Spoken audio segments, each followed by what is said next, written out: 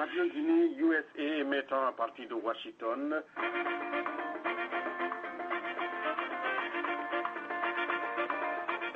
Suivez avec moi tous les samedis à 15h heure de Washington, 20h temps universel Washington Débat, une émission des services de programme de Radio Guinée USA émettant à partir de Washington. Radio Guinée USA, c'est cette première radio numérique praticable à www.rgusa.net. Vous pouvez aussi écouter nos émissions en différé sur votre téléphone portable à partir des États-Unis en composant le 209 647 1699 et le code qui suit est le suivant 67 21 37. En direct sur Radio Guinée USA, votre émission de tous les samedis Washington Débat, l'émission des grands débats politiques, économiques et socioculturels. Washington Débat animé par Georges Léonard Friot, c'est tous les samedis sur nos antennes. Connectez-vous, mesdames et messieurs, en cliquant sur www.rgusa.net ou appelez le standard de la radio et participez en direct sur nos antennes tous les samedis en composant le 209 647 16 00 et le code qui suit c'est le 67 21 37. Encore une fois, pour participer à Washington Débat en direct tous les samedis sur nos antennes, mesdames et messieurs, fidèles auditeurs et auditrices, il suffit de composer le standard de la radio qui est donc le suivant 209 647 16 00 et le code qui suit est le suivant 67 21 37. Washington Débat, c'est tous les samedis à 15h heure de Washington, soit 20h temps universel. Pour vos critiques et suggestions, pour vos dédicaces, une seule adresse, contact@rgusa.net. contact@rgusa.net ou à washdébat@gmail.com. Washdébat, ça s'écrit donc W-A-S-H débat D-E-B-A-T-S @ ou à commercial gmail.com. Washington Débat, c'est cette émission qui vous parvient tous les samedis en direct sur nos antennes à partir de 15h heure de Washington, soit 20h temps universel. Washington Débat, cette émission des grands débats est animée par Georges Léonard Friot. Merci de vos correspondances et à bientôt sur nos antennes. 15h02 à Washington, 20h02 en temps universel coordonné. Mesdames et messieurs, bonsoir et je vous dis bienvenue sur les antennes de Radio Guinée USA émettant à partir de Washington. Washington où le spring a commencé, ou le printemps, chose que les auditeurs et auditrices de Radio Guinée USA apprécient énormément. Mesdames et messieurs, bienvenue encore une fois sur nos antennes pour la 63e édition de Washington Débat en ce samedi ensoleillé, samedi 10 mars 2012. Thèmes principaux de cette émission, mesdames et messieurs, femmes et développement, Congo-Brazzaville et le prix UNESCO Obiang. Mesdames et messieurs, l'honneur nous échoit de recevoir dans cette émission Madame Camara Marie-Louise Souma, présidente de l'Association des Guinéennes dans la région métropolitaine de Washington DC, d'où nous émettons. Madame Camara sera en ligne de Silver Spring cet après-midi, mesdames et messieurs. En ligne de Goma, une autre dame, Madame Chantal Faïda, économiste, analyste de Washington Débat. Mesdames et messieurs, encore une fois, c'est parti pour la 63e édition de Washington Débat, votre émission de tous les samedis, praticable à www.rgusa.net. Journée ensoleillée, dis-je, dans la région métropolitaine de Washington, d'où nous émettons. Thèmes principaux, mesdames et messieurs, la journée internationale des femmes a été célébrée le 8 mars dernier dans le monde. Quels sont, selon vous, les progrès réalisés par la gente féminine africaine, en l'occurrence les Guinéennes? Alors, nous aurons des éléments de réponse tout à l'heure dans cette émission. Alors, en ligne de Washington, Madame Yvonne McCurry. Madame Yvonne McCurry est journaliste et écrivaine d'origine ivoirienne, animatrice à Washington Débat. Alors, deuxième question, mesdames et messieurs, la parité des genres humains. Paraît-elle à vos yeux une réalité tangible dans le développement d'une nation? Nous le saurons tout à l'heure aussi avec les braves femmes de la région métropolitaine de Washington. Alors, en troisième position, l'explosion de la poudrière de Brazzaville. Nous sommes au Congo, vous l'avez compris.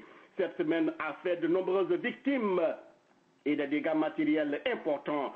Selon vous, pourquoi les chefs d'État africains construisent des dépôts d'armes et de munitions dans les centres urbains, malgré le danger que cela représente pour les populations?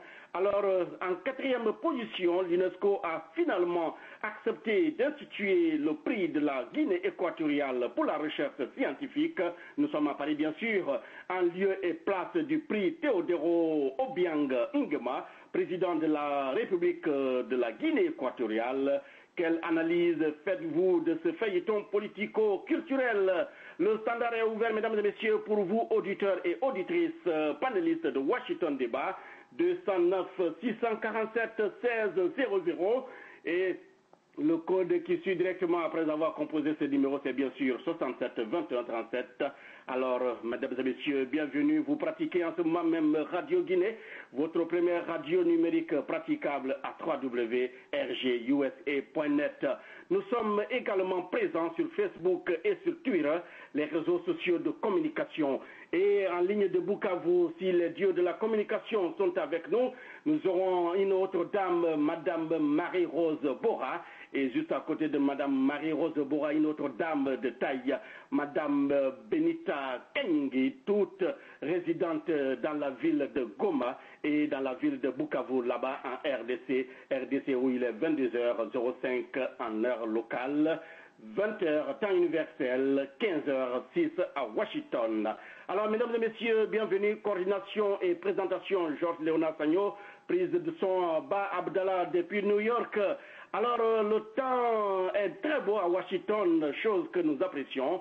Alors, mesdames et messieurs, les femmes ont été célébrées cette semaine à travers le monde à cause de leur journée. La journée internationale du 8 mars, donc, a été célébrée. Nous allons en savoir en détail quels sont les tenants et les aboutissants de cette journée. Pourquoi une journée pour les femmes et pas pour les hommes?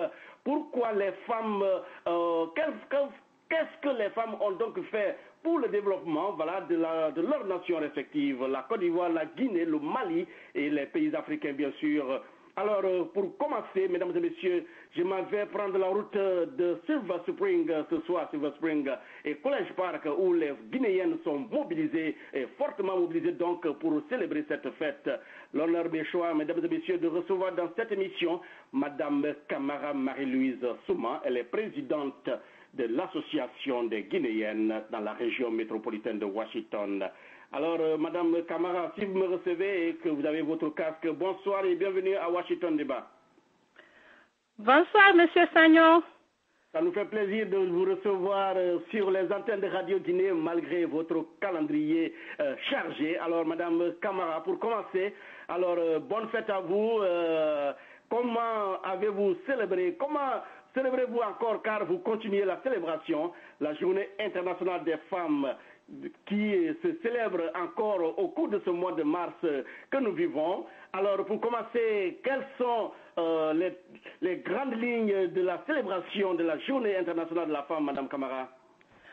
Les grandes lignes seront un speech d'abord de la présidente. Je me présente, je suis Marie-Louise Souma, Madame Camara, présidente de l'Association des Guinéennes. Nous avons une journée très très chargée aujourd'hui.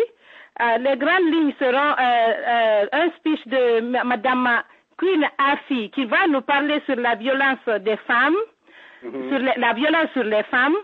Nous aurons le deuxième intervenant sera Dr Morissanda Kouyaté, exécutif directeur of Inter-African Committee, qui va nous parler aussi de l'excision des femmes.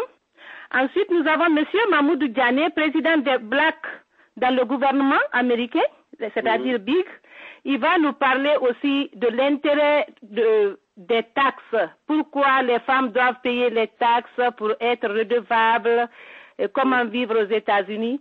Et ensuite, nous aurons des présentations d'awards.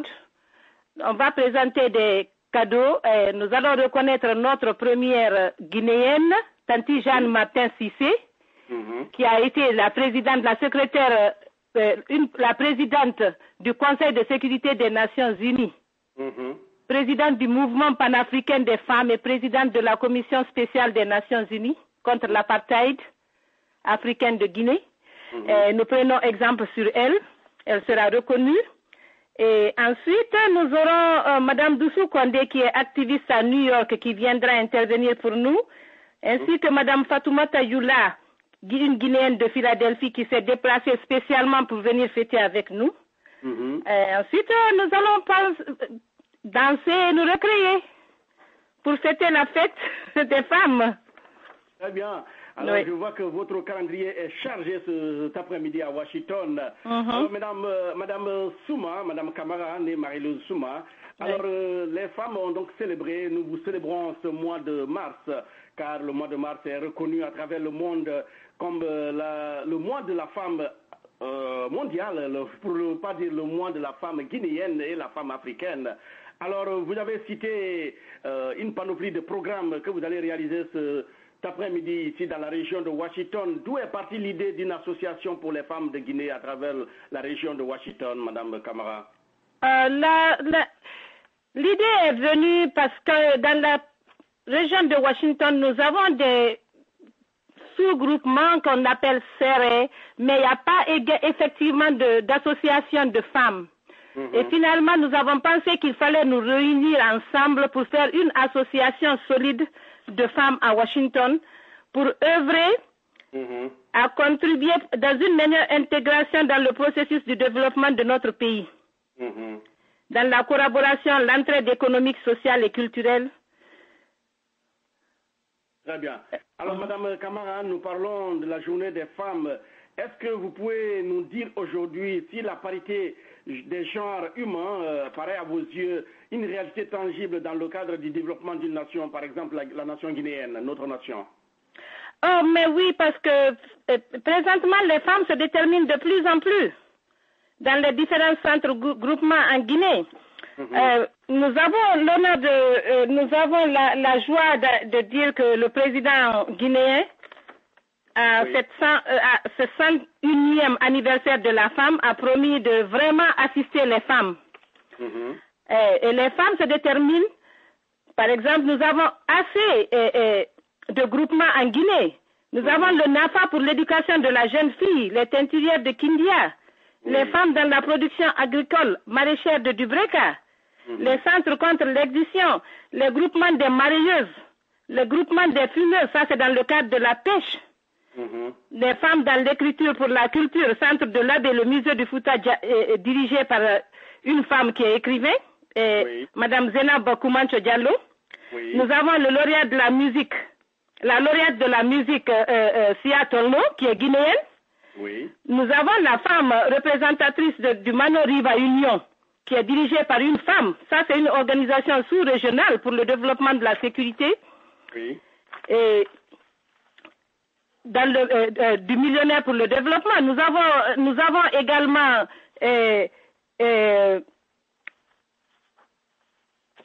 nous avons des femmes entrepreneurs présentement en Guinée. Avant, ceux qui n'existaient pas, n'osaient pas penser à ça avant. Nous avons des femmes qui ont des... Les femmes font beaucoup de choses en Guinée.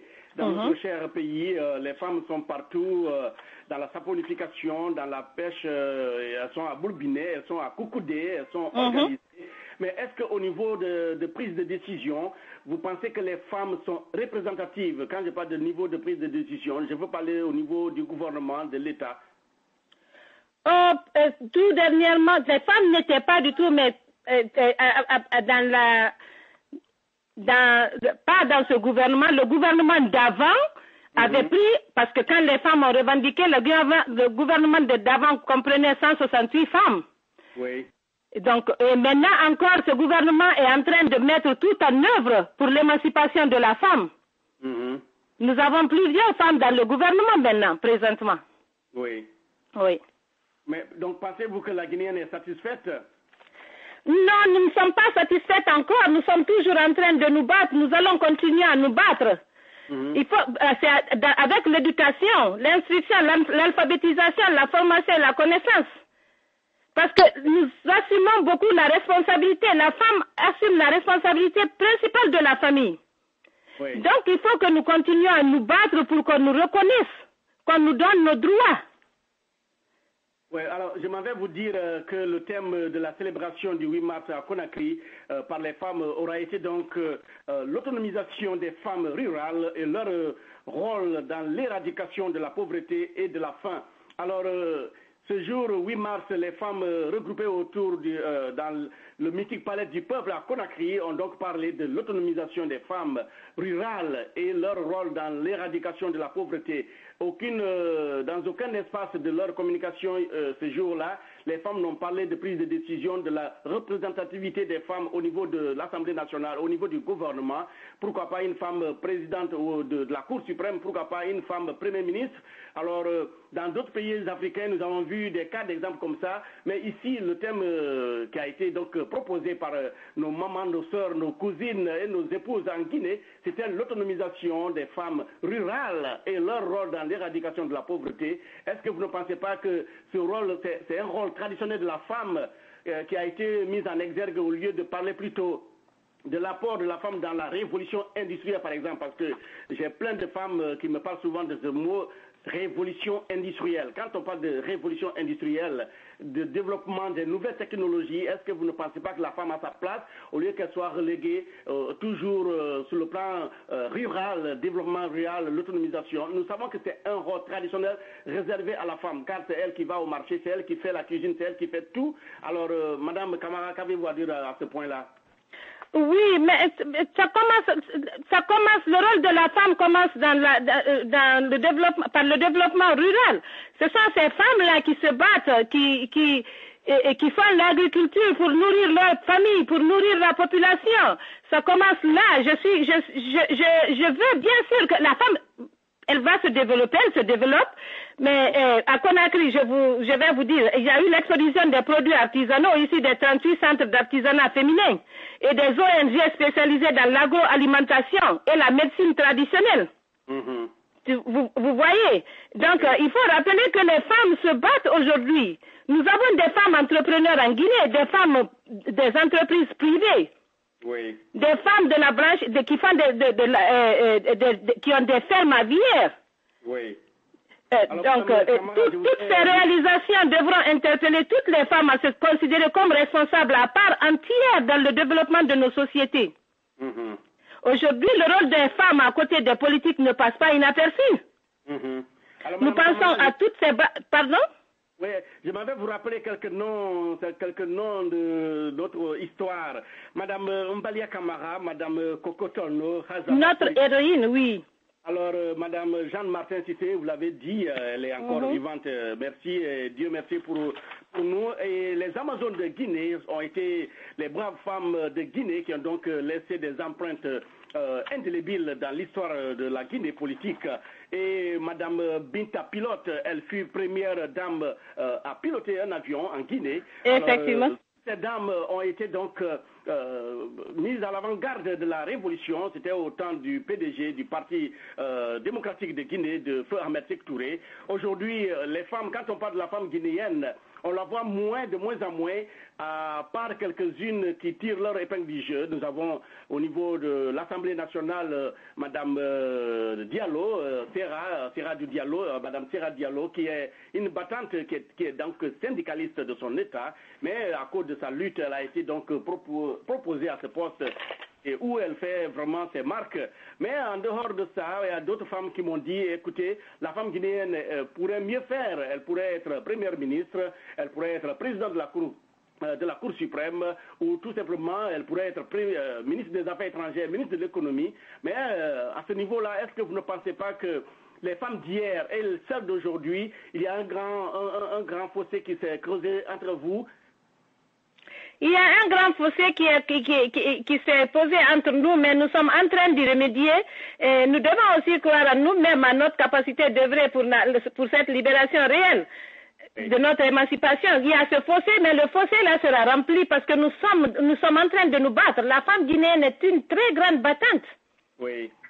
Comme vous l'avez dit, vous avez cité des femmes, nous avons eu des femmes pilotes, nous avons eu les Amazones de Guinée, nous avons vu nous avons Hadja Rabiatou Sera Diallo qui se bat. Nous aussi, par là, de ce côté, nous nous battons ensemble pour, dans le but d'aider ces femmes-là en Guinée pour s'autodéfinir, pour être féminin, conscient, libre, volontaire et responsable, égal dans sa différence et non dans l'identité à l'être masculin.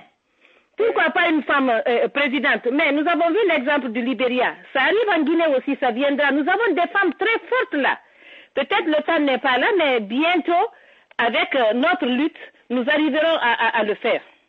Alors, que vous inspire Mme Hillary Clinton quand vous savez que dans notre pays d'accueil, vous avez connu une brave dame, Mme Condoleezza Rice, qui a été secrétaire d'État, qui a été aussi conseillère en matière de sécurité du président Bush fils. Alors, aujourd'hui, Hillary Clinton, dont le mari fut président pour 2 mandats, Bill Clinton, et aujourd'hui, elle est secrétaire d'État, donc ministre des Affaires étrangères, ouvre un poste qu'elle assume avec fierté et efficacité. Qu'est-ce que cela vous inspire, Mme Camara? Ça nous inspire beaucoup de courage, ça nous encourage de plus. Ces pionnières du monde, cette pionnière qui a osé croire, qui ose croire encore que la femme puisse faire quelque chose, nous inspire beaucoup. Nous avons eu Condoleezza Rice. Oui. Nous avons pas dans le cadre politique, mais nous pouvons prendre exemple aussi sur Oprah Winfrey. Nous avons beaucoup d'autres femmes qui sont en train de se battre. Donc nous voulons arriver à là. Elles ont donné l'exemple. Nous les remercions de toutes ces bonnes choses qu'elles ont faites et de ces exemples qu'elles ont donnés. Et nous voulons vraiment essayer de faire comme elles, sinon même plus. Madame Camara, un numéro, au moment où je vous parle, nous avons reçu un message sur Facebook, un Guinéen qui réagit par rapport à ce thème en disant que les Guinéennes, c'est vrai, sont très nombreuses aux États-Unis, mais le constat amer que nous faisons, c'est qu'aux États-Unis, la plupart des Guinéens qui arrivent sont retranchés dans les salons de coiffure et les petits boulots, au lieu d'aller à l'école pour apprendre les métiers d'avenir tels que la médecine, les sciences et les nouvelles technologies. Alors, que répondez-vous à cette accusation, Madame Camara? Je lui dirais que ça vient. Moi, je suis venue en Guinée, ça fait presque 23 ans. J'ai commencé par un salon de coiffure. J'ai été la première Guinéenne à avoir un salon de coiffure pendant 10 ans. Pendant que j'avais mon salon, j'allais à l'école. Je lui répondrai que toutes ces femmes, presque la moitié de ces femmes qui vont dans les salons de coiffure vont aussi à l'école.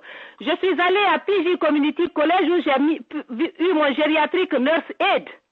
Et présentement, au moment où je vous parle, j'ai ouvert mon propre assisted living agréé à Maryland, dans l'État de Maryland, de 5 résidents. Oui. Donc, vous voyez ce que ça fait. Quand vous venez dans un pays étranger, les Guinéennes se battent réellement.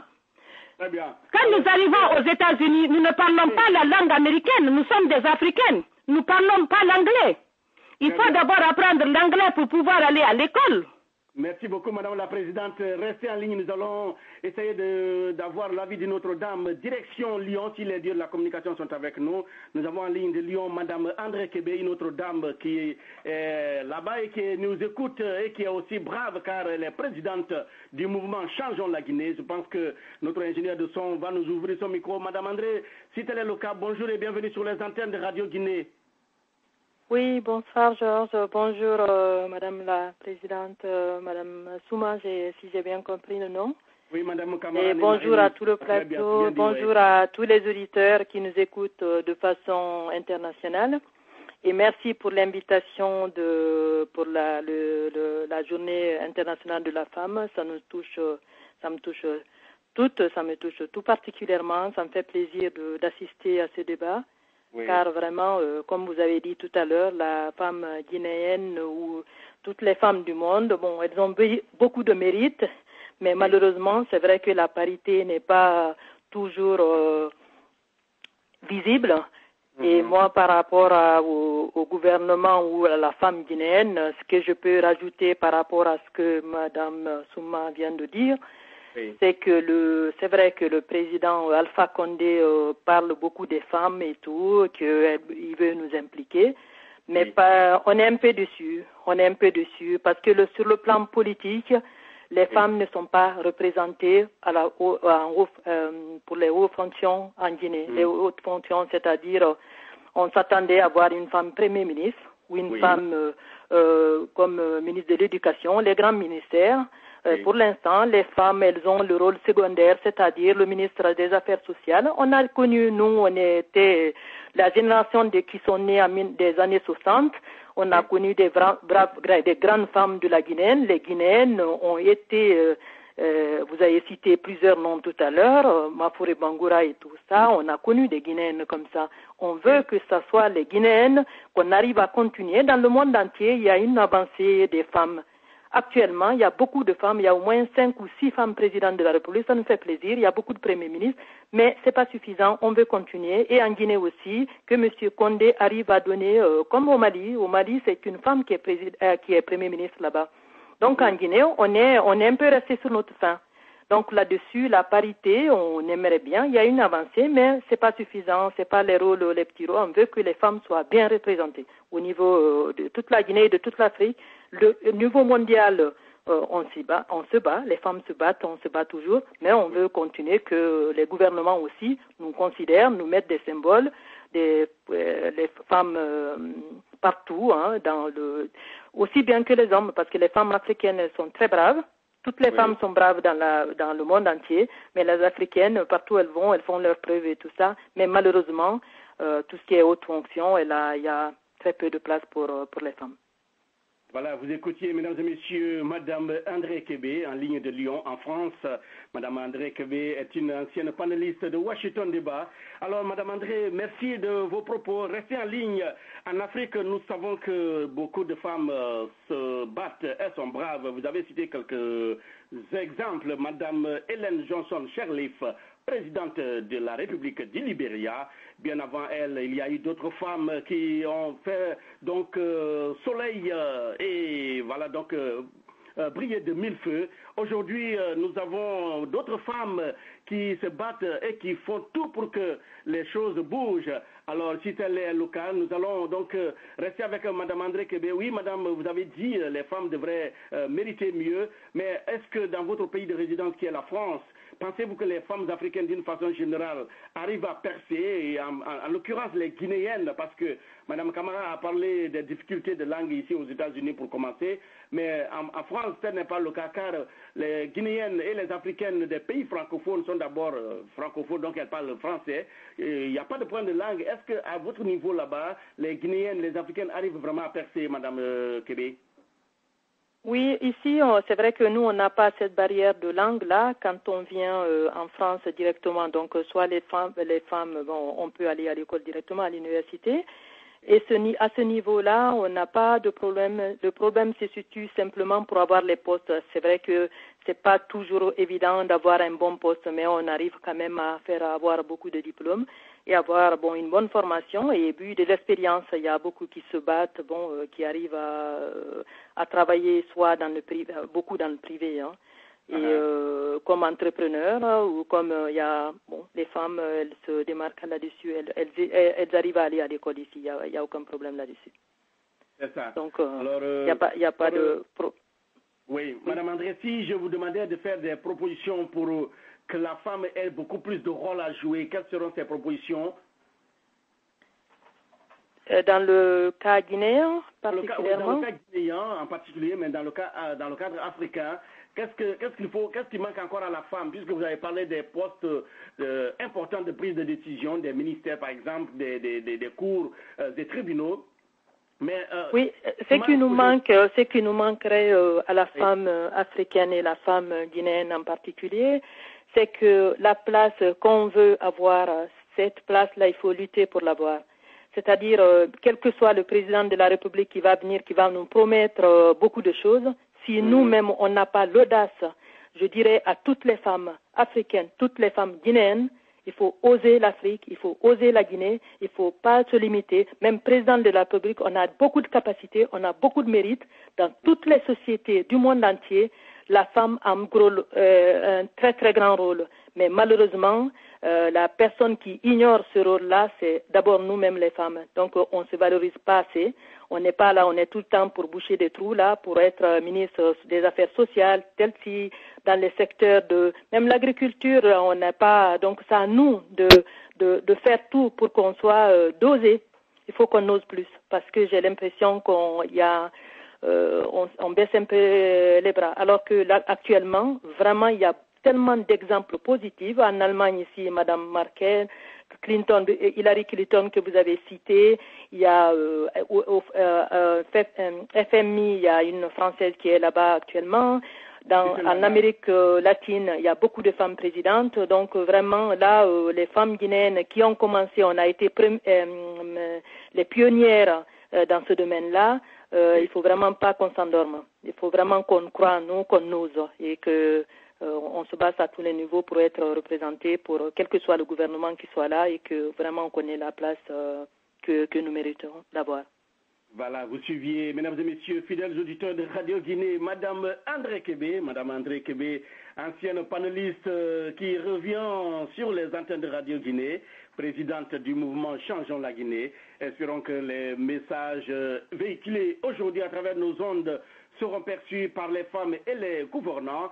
Si tel est le cas, nous allons écouter l'avis d'une autre panafricaine, Madame Yvonne McCurry. Yvonne McCurry est journaliste et écrivaine d'origine ivoirienne. Elle est également animatrice ici à Washington Débat. Madame Yvonne, quel avis avez-vous quand on parle de la célébration de la journée de la femme africaine, la femme mondiale, la femme ivoirienne? Merci encore une fois et je dis merci à mes deux sœurs qui viennent de nous parler de la femme. Et la première chose que je dirais personnellement, c'est qu'est-ce qu'on célèbre en réalité? Et je dirais aussi que qu'est-ce qui manque qu'on a gagné en tant que femme? Oui. Moi, j'ai toujours trouvé que la femme a été utile depuis lors. C'est vrai que nous parlons plus de fonctions où nous voyons l'émancipation de la femme. Mais je pense que pendant que l'on célèbre la femme, nous devons nous donner des moments de réflexion. Et je crois que j'en ai un, je dirais ceci. Le bien et le mal est à la portée de tous. L'homme et femme, ce qui implique qu'on a un point commun. Mais le caractère de chacun de nous définit notre différence. Pour moi, le caractère de la femme est son image, je dirais, et son identité. Oui. Je reviendrai encore en disant que la femme peut détruire comme elle peut construire. Oui. Je voudrais tant que nous, les femmes, nous tenons notre sagesse et que cela nous amène à observer notre morale afin qu'on célèbre notre caractère que nous devons améliorer chaque jour. Nous faisons partie d'un monde où, avec la collaboration, je dirais, de l'homme et la femme, nous pouvons solidifier notre existence. Je reviens encore en cela en disant, nous devons faire face à la jeunesse. Je vais parler de la jeunesse. Oui. La jeunesse a besoin de nous. Je reviendrai vers l'Afrique. Le sida a envahi, comme on a dit la dernière fois dans le débat, 95% de nos jeunes de 15 ans à 25 ans sont atteints. Oui. Ils ont besoin de nos conseils. Et je dirais encore que la violence s'installe dans les idées de nos enfants. Nous devons leur enseigner la violence et la prospérité. Oui. Dieu a besoin de notre service. Et grâce à notre caractère, et surtout à notre caractère, nous pouvons l'accomplir. C'est tout ce que je peux dire concernant la fête des femmes. Quelque chose que nous devons avoir une réflexion. La fête doit nous amener à une réflexion. Et notre réflexion, ça doit être notre caractère. C'est tout ce que je peux dire. Merci. Merci beaucoup. Vous écoutiez Mme Yvonne McCurry, journaliste et écrivaine vivant dans la région métropolitaine de Washington, d'ici Washington, où il est 15h33 en heure locale, 20h33 à Banya, dans la préfecture de Farana, en Guinée. Alors, Mme Yvonne, je ne vais pas vous lâcher. Vous avez dit, vous êtes l'une des femmes qui réclame toujours ou qui parle toujours des nouvelles technologies, la révolution industrielle. Est-ce que vous pensez que la femme africaine a sa place dans la révolution industrielle? Oh, bien sûr, je dirais depuis lors. Bien sûr, il faut l'émancipation puisqu'on parle des fonctions. Il faut l'émancipation. J'ai toujours trouvé qu'il n'y a pas de différence entre la création de Dieu. Et que si chacun de nous avons l'intention de mieux faire, c'est pour cela que je parle de prospérité. Nous devons enseigner la prospérité. Et si toutefois qu'on enseigne la prospérité, c'est que en fait, on doit faire partie de l'émancipation. Je disais une chose à certains amis il n'y a pas longtemps, où je parlais du fait que l'Afrique est toujours dans son point primaire. Et enfin, l'Afrique vit toujours dans l'ancien temps, si je pourrais le dire. Et je disais que si toutefois qu'on ne parle pas de l'émancipation, enfin de la révolution industrielle, on ne s'en sortira pas. Je donnais l'exemple. Le blanc, par exemple, dans le pays occidental, les blancs n'ont toujours pas eu de voiture. Les blancs ne mangeaient pas dans les assiettes. Si toutefois que c'était pas grâce à leur émancipation, s'il faut dire, industrielle, l'Afrique aujourd'hui, on serait toujours en train de manger dans des feuilles. On serait toujours en train de marcher.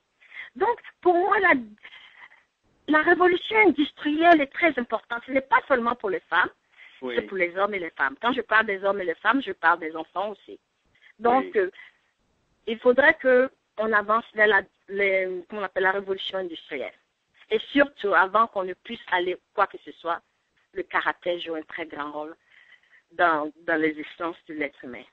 Madame Yvonne, au moment où nous parlons de la journée internationale des femmes, la RDC, où nous avons beaucoup d'auditeurs, a été considérée en 2010, à tort ou à raison, de capitale mondiale du viol et des violences sur les femmes.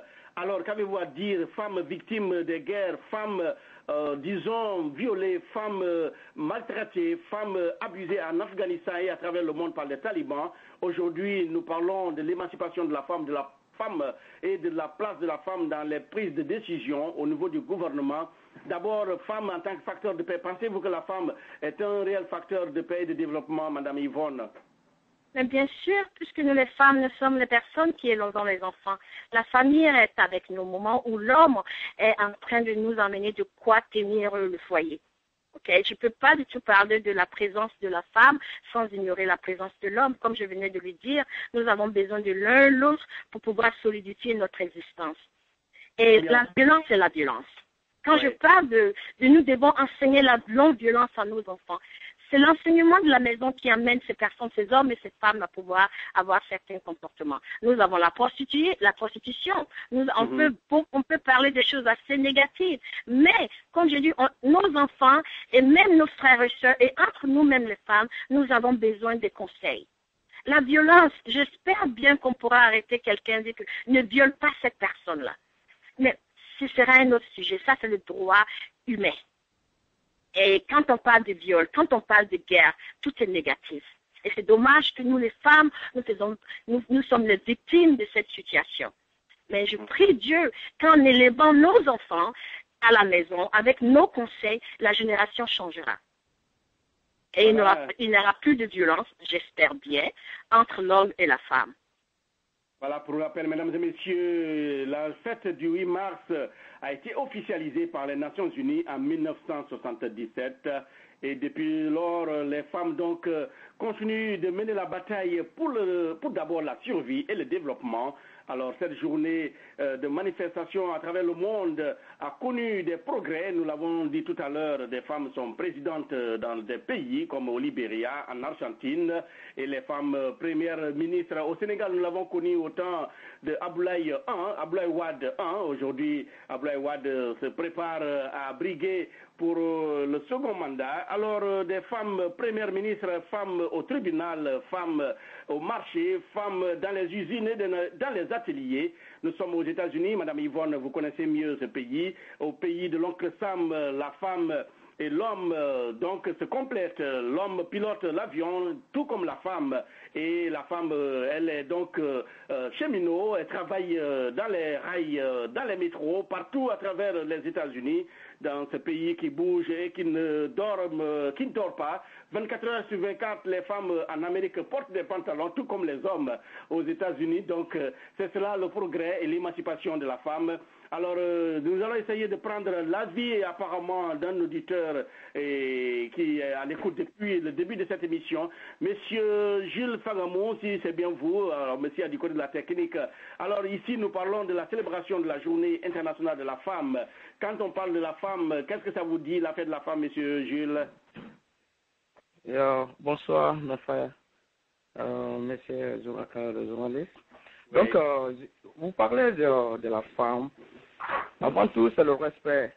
Parce que sans la femme, on n'est rien dans la vie. On doit réellement respecter la femme.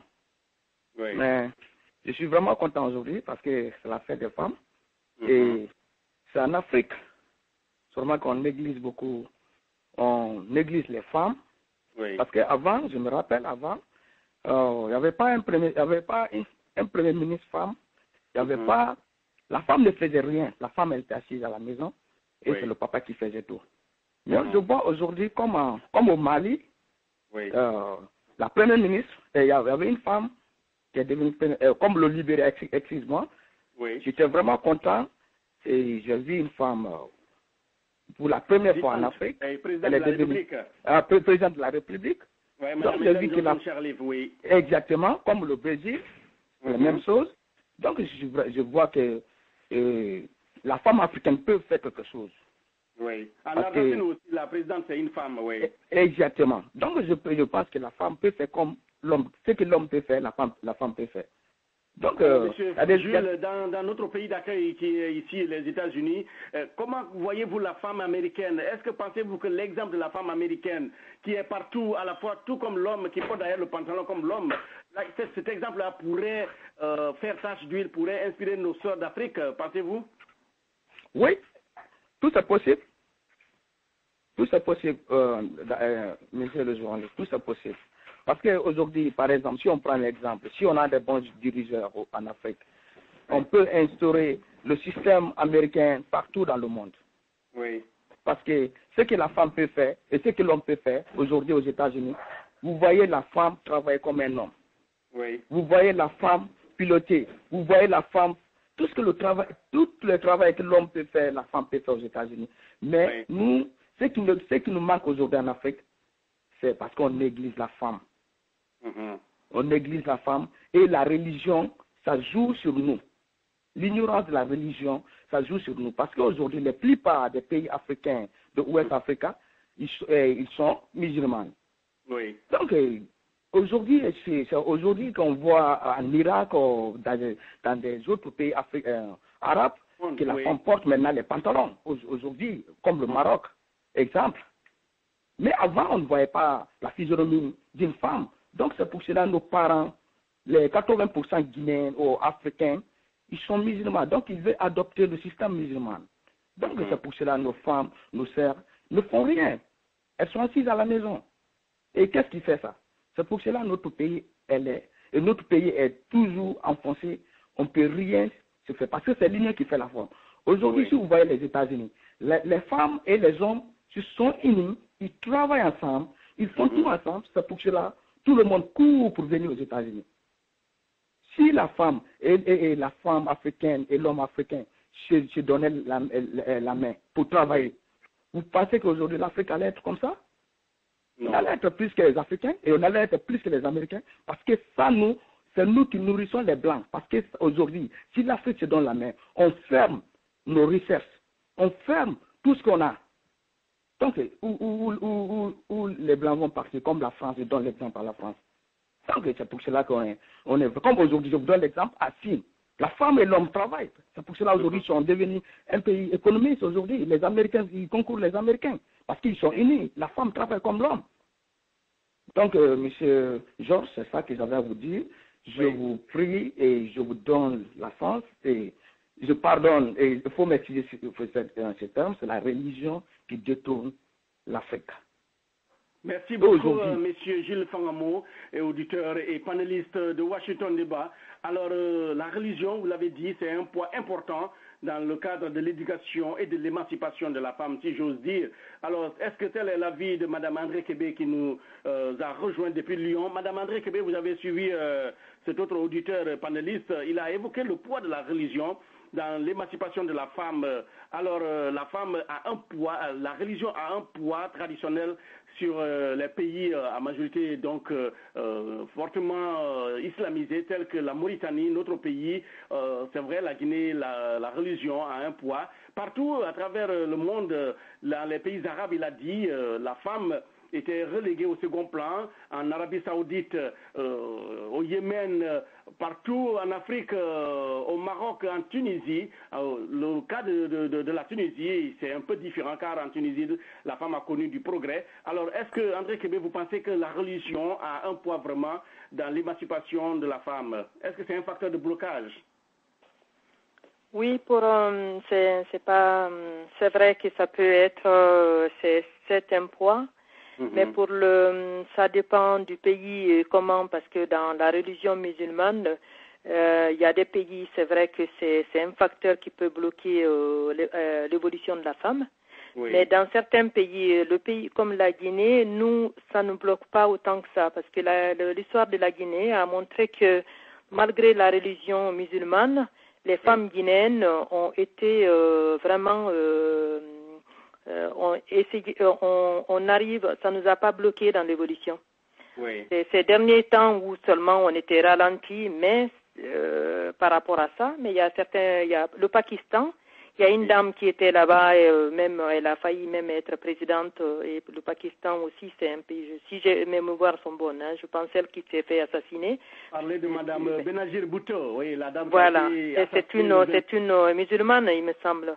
Oui. Bien, donc c'est vrai que c'est pas facile, mais si pour la Guinée, nous, en tout cas, ça nous gêne pas d'évoluer vers vraiment, ça ne crée pas autant de problèmes que ça.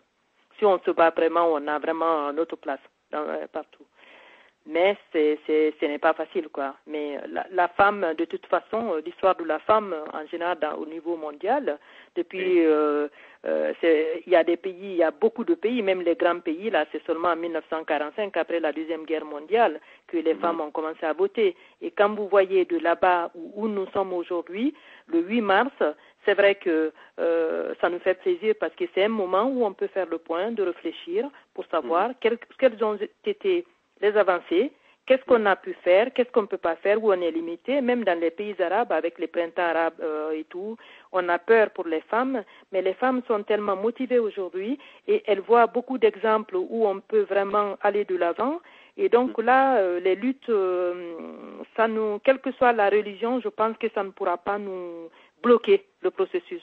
Il y a un processus qui est là et qui fait qu'on avance, et c'est vrai que tout n'est pas gagné encore, mais il y a quand même eu beaucoup d'évolution. Et donc le 8 mars, à chaque fois, ça nous interpelle, on est là pour réfléchir, qu'est-ce qu'on peut faire de mieux, qu'est-ce qu'on peut, le caractère et tout ça, c'est vrai qu'on travaille, c'est vrai que la jeunesse, la femme est dans tout, mais si on n'a pas de responsabilité au niveau,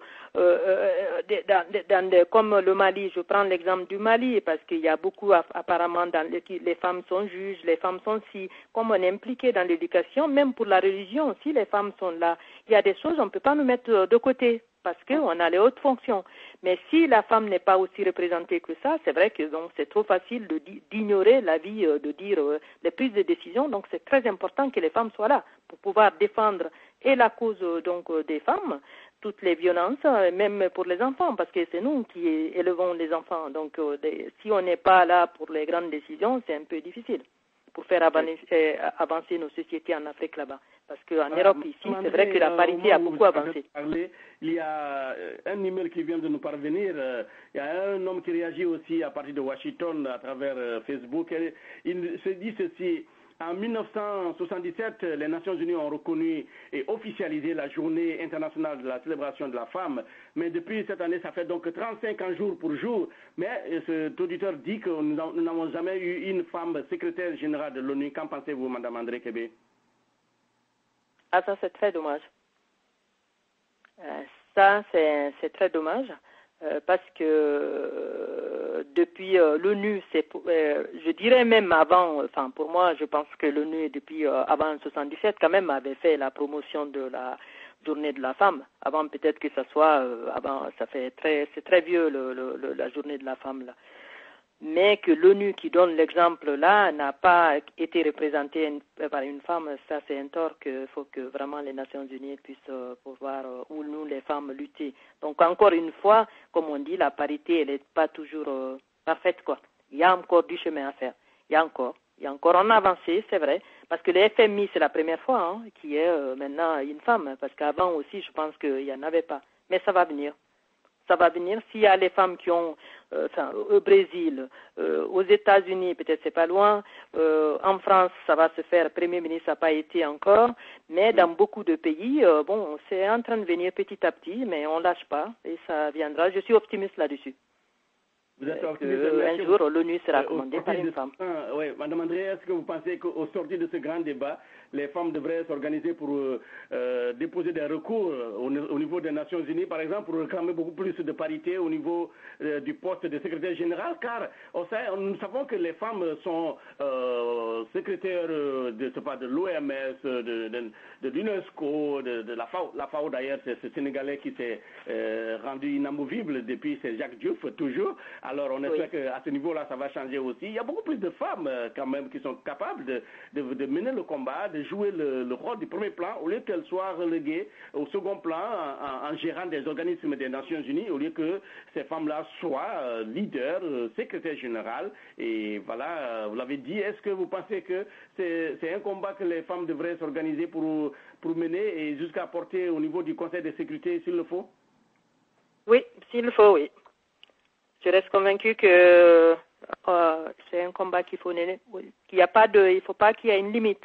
Que tous les postes, les grands postes qui peuvent être occupés par un homme, et soient en l'occurrence par l'ONU. L'ONU qui fait quand même, ils sont tous d'accord pour le rôle de la femme. L'ONU qui doit montrer le bon exemple. Ça, c'est clair. Oui. Oui, parce que l'ONU a tout fait pour ça, les droits, le machin, je vais dire dans ce sens. Et donc, le meilleur exemple, c'est que vraiment une femme soit à la tête de l'ONU. Et ça, c'est un truc très important. L'exemple plus parlant, peut-être que tous les exemples qui peuvent montrer par-ci, par-là. Merci beaucoup, Madame André Kébé. Je rappelle à nos auditeurs que vous suiviez Madame André Kébé, auditrice panéliste de Radio Guinée USA. Madame répond à nos questions à partir de Lyon, en France. Elle est également présidente du mouvement Changeons la Guinée. Alors, Madame André Kébé, restez en ligne au monsieur du courrier de la technique que nous avons, Madame Kamara Nemaimouna Bari, qui nous rejoint ici à partir de Washington. Nous allons essayer de la prendre en ligne, d'ouvrir le micro pour Madame Bari.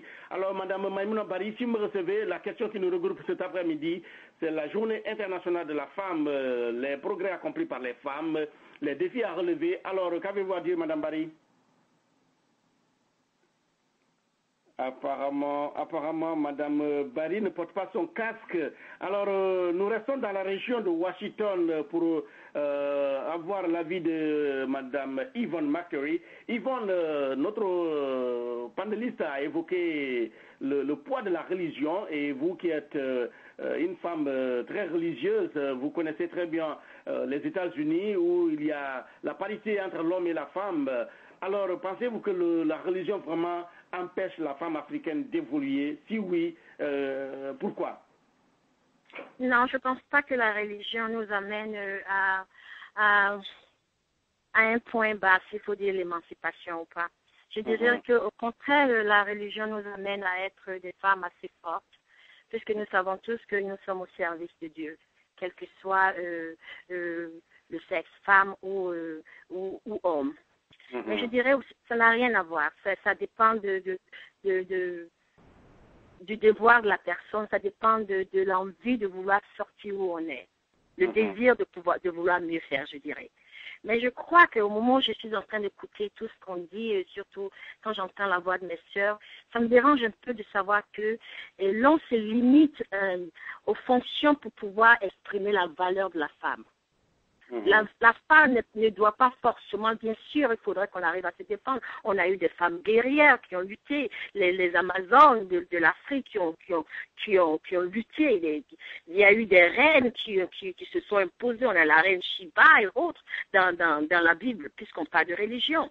Mais je voudrais bien sûr, aujourd'hui, tout le monde doit chercher un moyen à aller vers la modernisation. On va à l'école pour quoi faire? On va à l'école pour devenir un jour président, un ministre, ou bien une bonne cuisinière, ou bien une infirmière quelque part. C'est-à-dire que quand on se trouve dans une classe, il y a un homme et une femme. Mais je voudrais simplement qu'on trouve que la valeur de la femme n'est pas limitée aux fonctions. Parce que je considère la femme la ménagère, que ce soit en Afrique, dans 4 points du monde, qui se trouve dans la cuisine, quelque part dans un petit village, pour moi, elle a une valeur. Pour moi, on doit la célébrer. Et je reviendrai encore, si nous pensons seulement à l'éducation, si nous pensons seulement aux fonctions, nous devons faire accours à la femme noire et à la femme blanche, à la femme de peau claire et la femme de peau noire. Enfin, je viens par là pour dire que nous sommes tous dans une seule cuvette. On doit se célébrer, quelles que soient nos fonctions. C'est pour ça, depuis le début, je parlais du caractère. Je parlais de l'amour. Parce que la femme doit être une femme. La femme doit lever toutes les femmes, quel que soit le niveau. En ce moment, on célèbre les femmes. C'est-à-dire qu'on célèbre l'une des créatures de Dieu aussi. J'aurais tant voulu que les hommes aussi arrivent à avoir un moment il faudrait qu'on arrive à avoir une journée des hommes, puisqu'on est tous une créature de Dieu. C'est tout ce que je pourrais dire. Sinon, la religion n'empêche pas du tout à la femme d'aujourd'hui de pouvoir avancer. Bien sûr, on a des parents qui vous arrêtent à faire certaines choses, mais grâce à l'évolution, grâce à la modernisation, nous devons tous avancer ensemble. C'est tout ce que je peux dire. Mais il est temps qu'on célèbre toute femme du monde, quel que soit le niveau, quelle que soit la race. Oui, Madame Yvonne, l'ONU qui fait la promotion de la femme, des droits des humains, égalité entre hommes et femmes, c'est cette même ONU qui, depuis sa création, n'a jamais connu une femme comme secrétaire générale. Comment expliquez-vous ce paradoxe? Ça fait partie de l'évolution. Je dirais, va à l'école, travaille dur. Si toutefois que quelqu'un refuse ta position, c'est en ce moment-là, tu peux avoir un moyen. C'est pour ça que nous avons la justice. Bien sûr, quand on a un président en Afrique, si vous êtes un homme ou une femme, il arrivera à se servir lui-même. J'ai un jeune homme qui me disait la dernière fois, il dit, tu sais, le monde aujourd'hui est fait de connaissances. C'est la connaissance qui t'emmène où tu peux être. Et il faut savoir qui tu connais. Donc, en réalité, une histoire de femme ou d'homme qui peut avoir une position plus élevée ou l'autre, je pense que c'est quelque chose, on peut avoir beaucoup à dire. Ça dépend. Mais tant qu'on a une école, où on demande à tout d'un chacun de nous d'aller s'éduquer, d'aller avoir une connaissance intellectuelle, je pense que la porte est ouverte à tout le monde. Mais c'est une très bonne chose de célébrer la femme. Mais tout ce que je voudrais dire, qu'il est temps qu'on célèbre toutes les femmes. La célébration de la femme, pour moi, ce n'est pas parce qu'elle a une fonction. Pour moi, c'est parce que c'est une femme. La femme que je peux d'abord célébrer, c'est une femme qui porte un enfant. Mais elle a eu cet enfant avec la collaboration d'un homme. Et c'est la femme qui se réveille à un certain moment pour prendre soin d'un enfant. Ce n'est pas forcément une femme qui a pas un enfant. Parce qu'il y a des bonnes femmes qui sont prêtes à pouvoir, comment est-ce qu'on le dit, pouvoir adopter des enfants qui ne leur appartiennent pas. C'est-à-dire que la femme est une créature pleine d'amour. Et beaucoup. Seulement son caractère définit sa personne, je le dirais. Merci beaucoup, Yvonne Macquarie, journaliste Radio Guinée et écrivaine d'origine ivoirienne qui donnait son avis sur la célébration de la Journée internationale de la femme.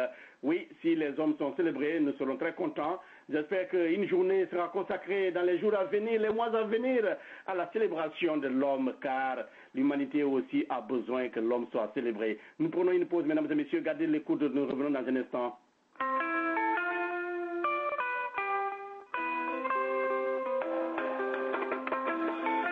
Imaginez un monde sans barrières, imaginez un monde sans obstacles, imaginez un monde où vous pouvez activement participer à la vie de ceux que vous avez laissés en Guinée comme si vous y étiez. Moi, je vis aux États-Unis et j'achète les denrées alimentaires à ma famille tous les mois sur tmarkguinée.com. On y trouve tout, le riz, l'huile, la farine, le sucre, la tomate, le lait, les jus, l'eau minérale et bien d'autres produits. Franchement, cette affaire Tmark, c'est mon affaire.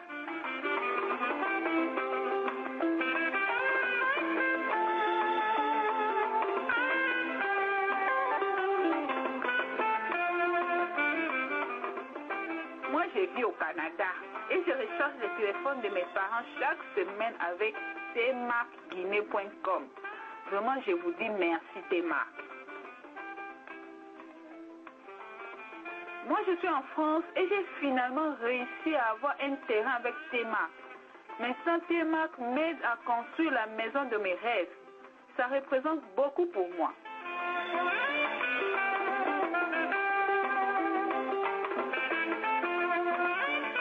Je vis entre les avions, mais je peux contrôler directement l'évolution de mes chantiers en Guinée avec Tmark. J'achète tout ce qui rentre dans ma maison sur tmarkguinée.com. On y trouve tout, ciment, bloc, granit, sable, gravier, fer, bois et tout. Ça me facilite la vie, mais vous n'avez pas idée.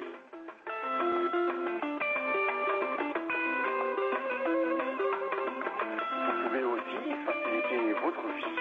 Visitez tmarkguinée.com. Tmark, ça s'écrit donc www.tmarkguinee.com. www.tmarkguinée.com. C'est une société qui pousse les limites du possible. C'est un network de possibilités. C'est un réseau de facilité. C'est Tmark. Tmark, le marché au bout de vos doigts.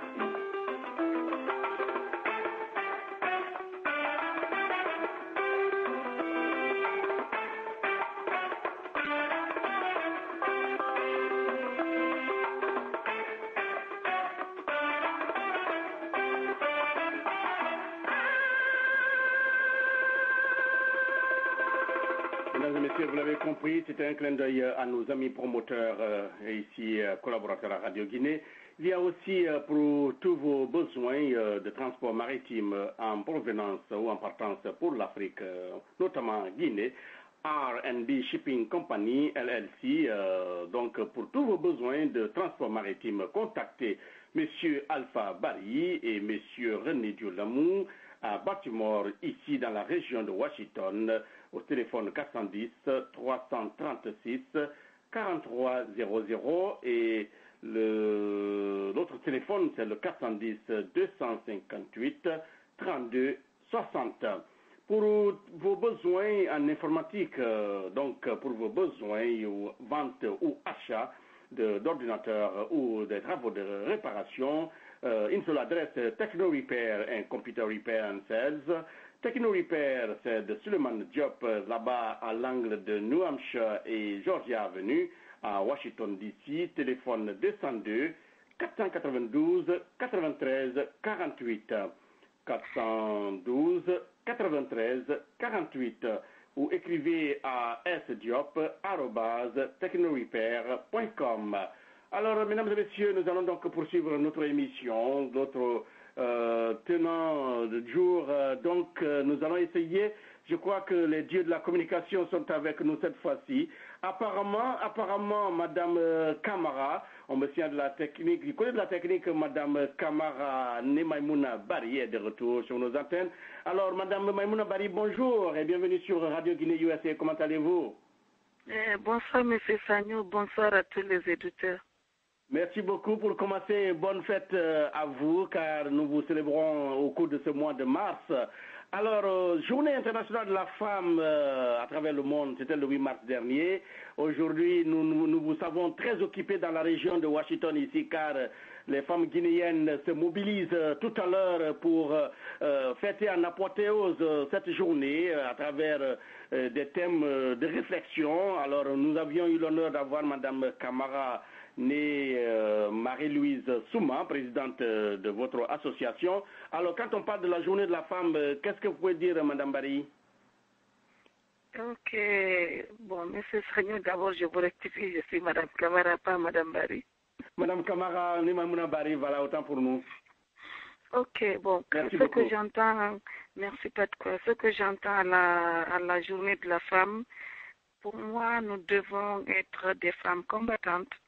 Nous devons en même temps être des femmes au foyer. Mais vous savez, être femme au foyer n'annule pas que nous devons être dans le développement de notre pays. Nous devons nous mettre devant. Nous sommes mères de famille.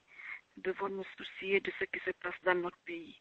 Et si vous avez remarqué, nous avons eu beaucoup de mamans qui étaient vraiment des braves combattantes comme Jeanne Martin Cissé, Lofo Camara, Mbalia Camara. Donc, et sans oublier actuellement, nous avons beaucoup de femmes comme ça en Guinée et que je peux citer ici, Tanti Sarandaraba, dont je vous dis que je rêve vraiment être comme cette femme-là. Donc, moi, je me dis, nous ne devons pas être dehors et nous devons être en plein temps pour le développement de notre pays. Et surtout, ce que je conseille à toutes les femmes guinéennes aujourd'hui, c'est de se battre pour que nous soyons très bien représentés à l'Assemblée. Parce que vous savez, ce n'est pas le fait d'être ministre qu'on peut développer un pays. C'est surtout à l'Assemblée. Parce que quand la femme est bien représentée à l'Assemblée, c'est qu'aucune décision ne s'est passée sans que nous soyons dedans. Donc, j'encourage toutes les femmes. Voilà. Vous écoutez donc Madame Camara, née Maïmouna Barry, brave femme résidente dans la région métropolitaine de Washington DC. Washington, où il est 16h04 en heure locale, 21h à Dalaba. Alors Madame Camara, je ne vais pas vous lâcher. Est-ce que vous pensez que la parité des genres humains est aujourd'hui... on a perdu Madame Camara, vous le savez... les femmes sont très occupées. On me tient du côté de la technique que nous avons perdu Mme Camara. Alors nous allons donc continuer le débat.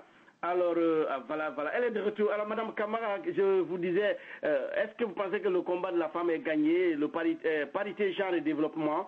Nous savons que les femmes sont aujourd'hui à des postes de ministres en Guinée, mais pensez-vous que la Guinéenne en particulier et l'Africaine d'une façon générale a gagné son combat pour le développement?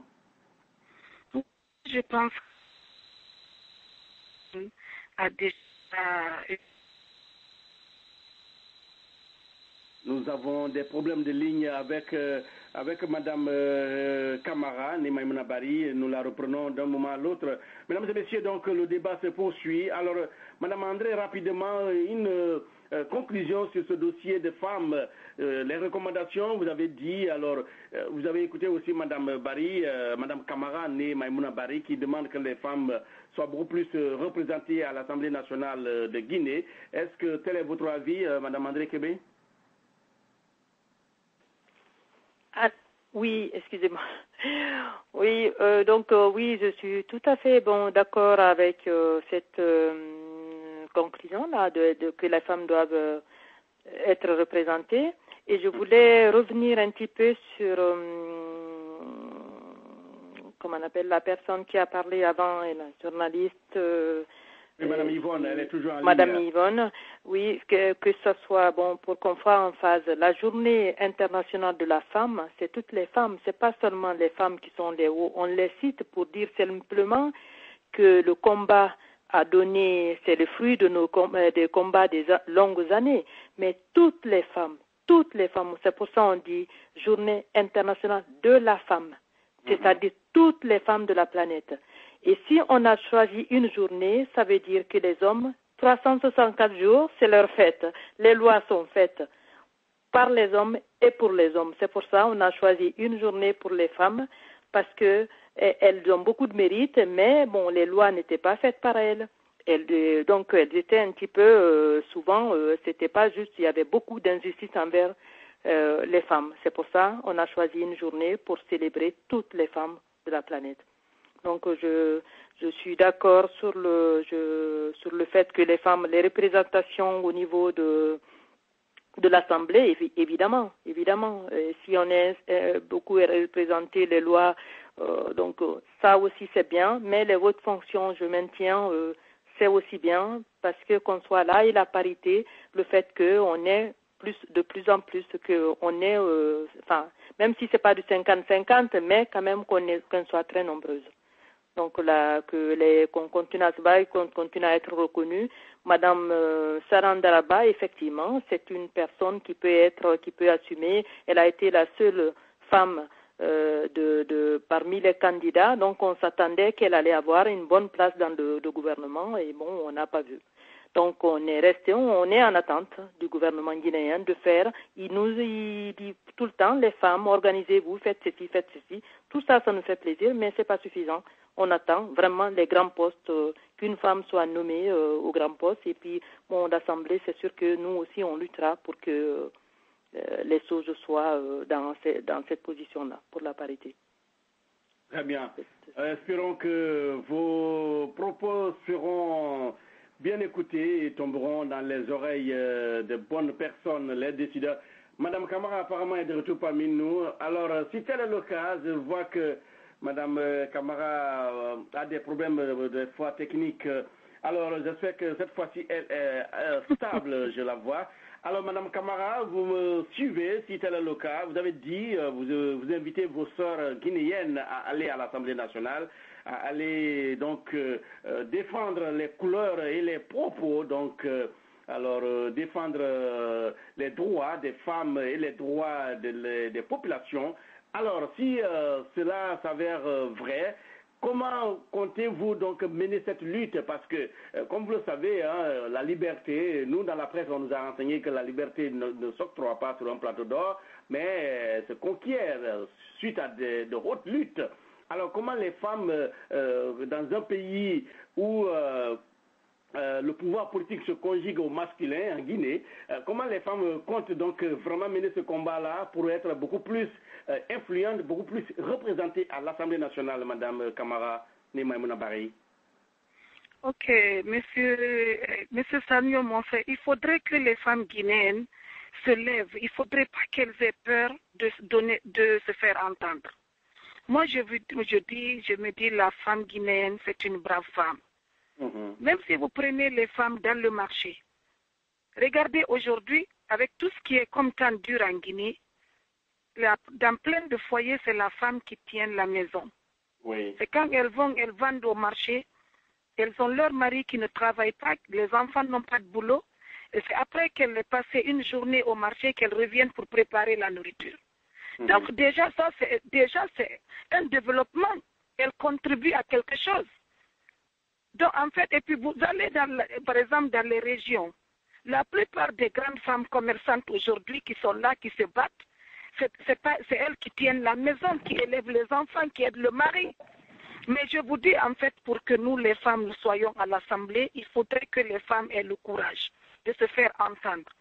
Et qu'elles refusent de dire, par exemple, celle qui se met dans la politique, c'est parce qu'elle bavarde beaucoup.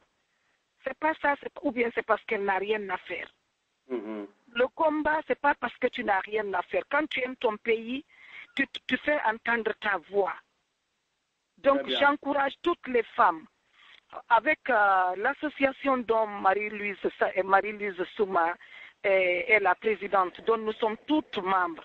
Nous venons juste de créer cette antenne.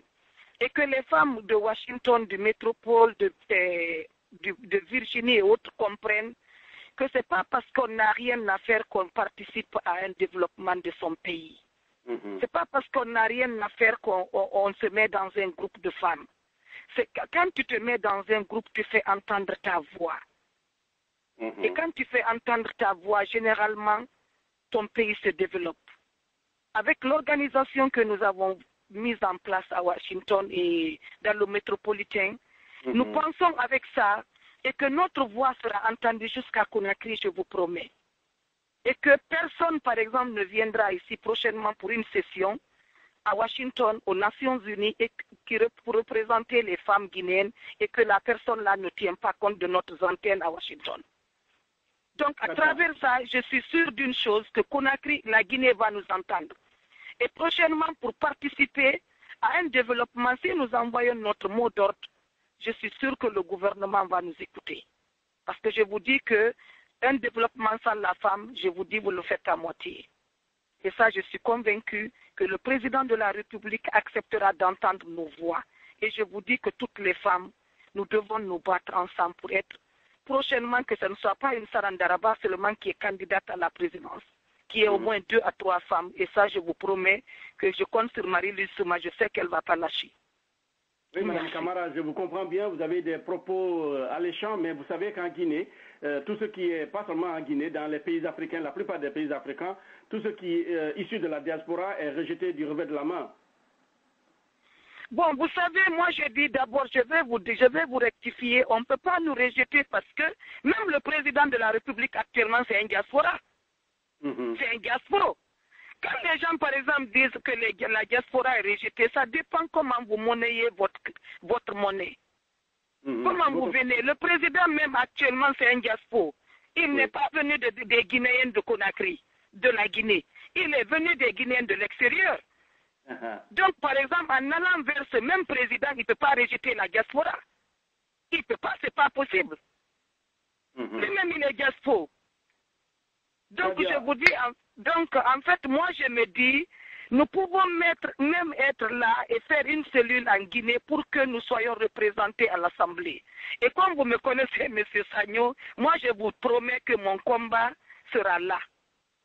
Je combattrai jusqu'à ce que la diaspora, surtout particulièrement de Washington, les femmes de Washington soient entendues au niveau national de la Guinée. Très bien, Mme Camara. Restez en ligne.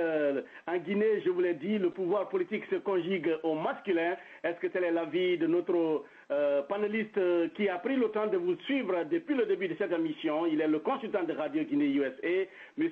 Alain, qui nous répond à partir de Minnesota.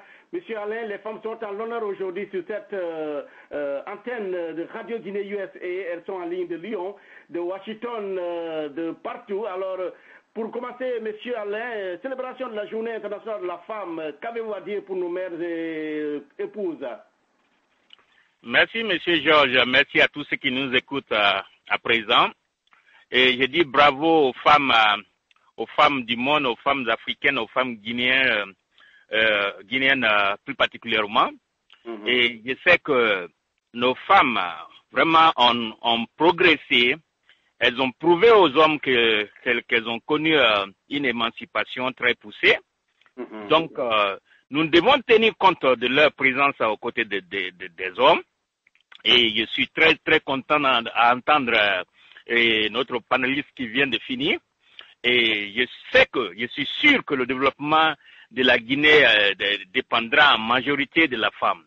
Je suis sûr. Même la réconciliation dont nous parlons, je sais que ce sont les femmes qui vont faciliter tout pour que la Guinée connaisse maintenant un développement durable. Je dis bravo encore aux femmes. Merci, M. Georges.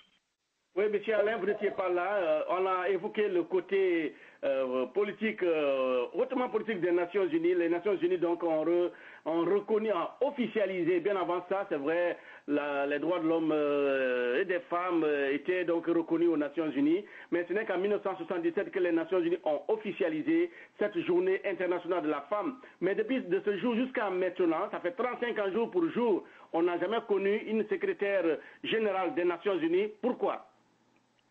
Bon, je me dis que parce qu'il n'y a pas eu encore de femmes qui se soient présentées comme candidates. Donc, vous savez, même actuellement, quand vous prenez les institutions des Nations Unies, comme le FMI, c'est une femme qui représente actuellement, parce qu'elle a postulé. Je sais que c'est un processus. Je suis sûr et j'ai confiance aux femmes. Elles vont y accéder. Si nous avons eu des présidents africains et les présidents de la République en Afrique, c'est que les femmes vont accéder un jour au poste de secrétaire général des Nations Unies. Donc, c'est pas à les minimiser. Nous croyons en leur force, nous croyons beaucoup en leur engagement. C'est possible. C'est possible. C'est une lutte.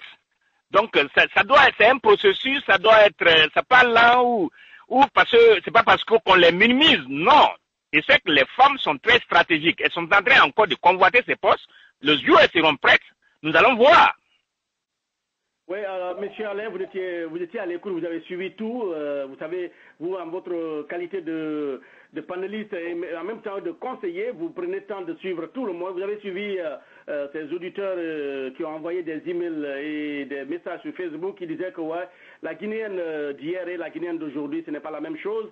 On a connu des braves femmes en Guinée, telles que Mme Jeanne Martin Cissé, qui a été donc représentante de la Guinée aux Nations Unies, qui est dans notre région ici d'ailleurs à Washington. J'espère que ce soir elle sera de la fête. Elle a été donc présidente du Conseil de sécurité des Nations Unies. Alors, c'est beaucoup pour une femme. Elle s'est battue pour l'indépendance. Aujourd'hui, cette dame, elle est là. Et avant elle, il y a eu les Mafuri Bangoura, les Koko Terno, les Mbalia Kamara, et j'en passe. Mais les Amazones de Guinée, Madame Binta Pilote, une dame qui a été pilote en Guinée au temps du président Sékou. Et donc, les Amazones, il se dit qu'avant, les femmes ne parlaient moins, elles jagissaient beaucoup. Aujourd'hui, il y a certains auditeurs qui nous font comprendre que les femmes guinéennes réclament beaucoup plus par rapport à ce qu'elles donnent. Est-ce que vous pensez que dans un pays où le pouvoir politique se conjugue au masculin, les femmes ont encore leur place? Madame Kamara, née Maïmouna Bari, elle a dit tout à l'heure que les femmes devraient aller donc vers la chose politique pour aller être présentes à l'Assemblée nationale afin de participer au développement de la nation. Pensez-vous qu'en Guinée, où tout ce qui vient de l'extérieur est étiqueté de diaspora et rejeté du revers de la main, pensez-vous que le combat des femmes est encore possible pour inverser les tendances, pour que demain nous ayons en Guinée une première ministre, une présidente de la Cour suprême, pourquoi pas une présidente de la République, M. Alain? Merci beaucoup, M. Georges. Je sais qu'il n'y a pas tellement d'amalgame autour de ce sujet. Depuis bientôt 4 ans et 3 ans, nous avons une femme qui dirige l'Assemblée nationale transitoire de la Guinée. Ça, il faut qu'on s'en félicite. Nous avons une femme qui gère la communication. Donc, c'est encore à saluer par rapport à avant. Nous avons combien de femmes ministres dans le gouvernement? Nous avons combien de femmes directrices et ambassadrices? C'est quelque chose de salutaire. Le pouvoir guinéen ne se conjugue pas seulement au masculin. Comme je vous dis, la femme commence à gagner sa place progressivement. Elle lutte, nous savons qu'elle lutte. Au départ, ce n'était pas le cas. Si vous preniez une femme dans le gouvernement, ce n'était pas plus de 2 autres, c'était une ou deux. Mais aujourd'hui, il faut compter combien de femmes, depuis le temps de compter jusqu'à nos jours. Donc c'est un progrès. Je ne peux pas dire que les femmes n'ont pas leur mot dans le processus politique en Guinée. Non, ça c'est pratiquement impossible, c'est une erreur. Et en ce qui concerne la participation de la diaspora en Guinée, vous savez, je suis d'accord que madame a dit que le président est de la diaspora, c'est bien vrai, mais ceux qui entourent le président ne sont pas la majorité de la diaspora. En ce sens que, quand on veut proposer quelqu'un à un poste, on pense que c'est les minimiser. Donc, il y a comment on appelle, ces problèmes-là qui existent en Afrique, pas seulement en Guinée, ça existe en Côte d'Ivoire, au Gabon, mais vous savez, c'est pas, comment je peux, les gens sur place se sous-estiment un peu parce que, et pour eux, celui qui vient de l'extérieur, il faut essayer de le saboter, il n'est pas habitué aux problèmes de la Guinée, et particulièrement parce qu'on ne veut pas changer nos comportements. On ne veut pas changer. On pense que les gens de la diaspora, ils sont rigoureux et parce qu'ils ont appris quelque chose de sérieux avec l'extérieur et ils veulent les imposer, ça les fait mal. Ça les fait mal, mais progressivement, ça va venir. Merci beaucoup, M. Alain. On me tient du côté de la technique que nous devons aborder le second sujet qui aussi fait appel aux femmes. Mesdames et messieurs, vous l'avez suivi tout comme moi ici à Radio Guinée. Cette semaine qui finit aura été marquée par l'explosion de la poudrière à Brazzaville. Nous sommes au Congo. Bilan officiel et voilà pour le moment donc 200 morts. 13 000 sans-abri et 3 000 blessés. Demain, à Brazzaville, au Congo, des obsèques nationales grandioses auront lieu pour donc rendre hommage à ces femmes, enfants et vieillards décédés des suites de ces explosions. Pourquoi, selon vous donc, pourquoi les chefs d'État africains construisent des dépôts d'armes dans les centres urbains, malgré le danger que cela représente pour les populations environnantes? En Guinée, en 2001, nous avons connu une explosion de la poudrière du camp Alpha Diallo, bilan de nombreux morts et des dégâts matériels importants. Beaucoup d'enfants s'étaient enfoncés dans le marécage là-bas au bord de la mer. En 2008, au Nigeria, une autre explosion d'une poudrière avait fait un triste bilan de 1000 morts. En Ouganda et partout en RDC, c'est un triste constat, mais pourquoi les chefs d'État africains n'arrivent pas, malgré les précédents incendies, ces chefs d'État n'arrivent pas à prendre des mesures pour éradiquer ce fléau? Nous allons en savoir davantage avec vous, panélistes. Les femmes et les enfants payent toujours le lourd tribut. Est-ce que tel est le cas à Brazzaville? Nous allons donc avoir l'avis de Mme Yvonne Macquarie. Yvonne Macquarie, je vous rappelle, elle est journaliste écrivaine d'origine ivoirienne, collaboratrice à Washington Débat. Alors, Mme Yvonne, les incidents de Brazzaville, qu'est-ce que cela vous dit? Je pourrais dire que c'est vraiment une situation très triste. Et qu'est-ce qu'on peut dire quand quelqu'un traverse un problème pareil? On nous parle des êtres humains, c'est une destruction. Et un pays, et puis en même temps son peuple, c'est triste. Mais comme vous venez de le dire, ce n'est pas la première fois. Et malheureusement que le monde connaît cette situation, je dirais, que même en URSS, il y a eu une ville qu'ils appelaient Kriaté, qui était devenue une ville fantôme due à l'explosion technique. Les États-Unis aussi en connaissent plusieurs. Il y a des villes fantômes ici aussi, dues aux produits chimiques. Pourtant, ceux-là sont spécialisés dans la technique. Qu'est-ce qu'on peut dire du Congo-Brazzaville actuellement et de certains pays africains? Je dirais simplement que nous sommes victimes de ces dangers invisibles. J'appelle ça danger invisible. Parce que jusqu'à présent, pourquoi est-ce qu'ils n'ont pas pu enlever ce qui se trouve, ces produits, cette technologie, je dirais, même si ce sont les armes, ça pouvait s'éloigner de la ville. Mais vous savez, je pense qu'on a pu apprendre notre leçon par ce qui arrive aux autres. Mais la technologie a besoin de personnes qui y sont. Et comme je venais de le dire aussi, quand je dis des personnes qui y sont, des personnes qui doivent faire attention. On a des ingénieurs qui savent que bon, il y a telle chose qui peut arriver. Et c'est pour cela que j'ai pris l'exemple de l'URSS et des États-Unis qui vivent pourtant cette situation. Aussi le fait que bon, ils sont spécialisés. Mais tout ce que je peux dire, c'est que ma prière va vers le peuple du Gabon, puisque je suis africaine, on est tous africains, et puis bon, on fait tous partie du monde, mais qu'il garde ce courage afin de pouvoir sortir de cette situation. Qui est-ce que je peux accuser? Le gouvernement? Je dirais qu'on est tous victimes de ces dangers invisibles.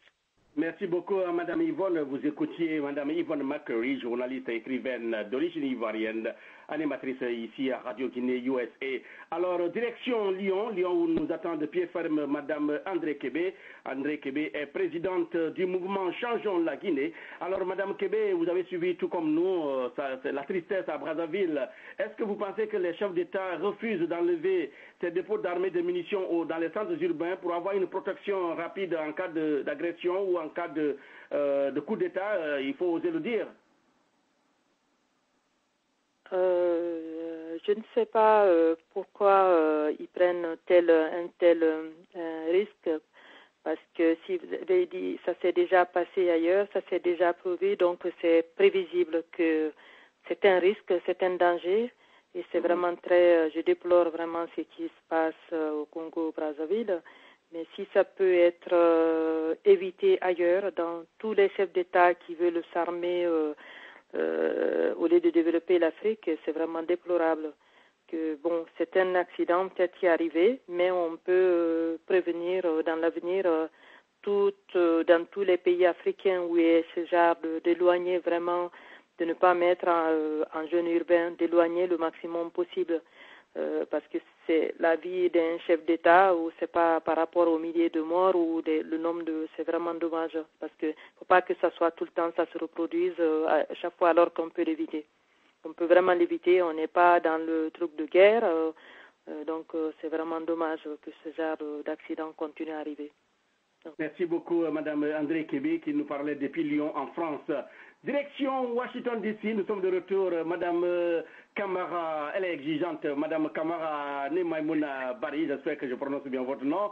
Alors, les explosions à Brazzaville, la Guinée en a connu, c'était en 2011, j'étais encore en Guinée, où la poudrière du camp Alpha Diallo a pris feu et les élèves qui étaient dans les écoles ont pensé à tout, sauf à une sécurité. Alors, c'était la débandade des enfants, sont partis donc vers la mer et il y a eu beaucoup de disparus ce jour-là, beaucoup de morts et des dégâts matériels importants.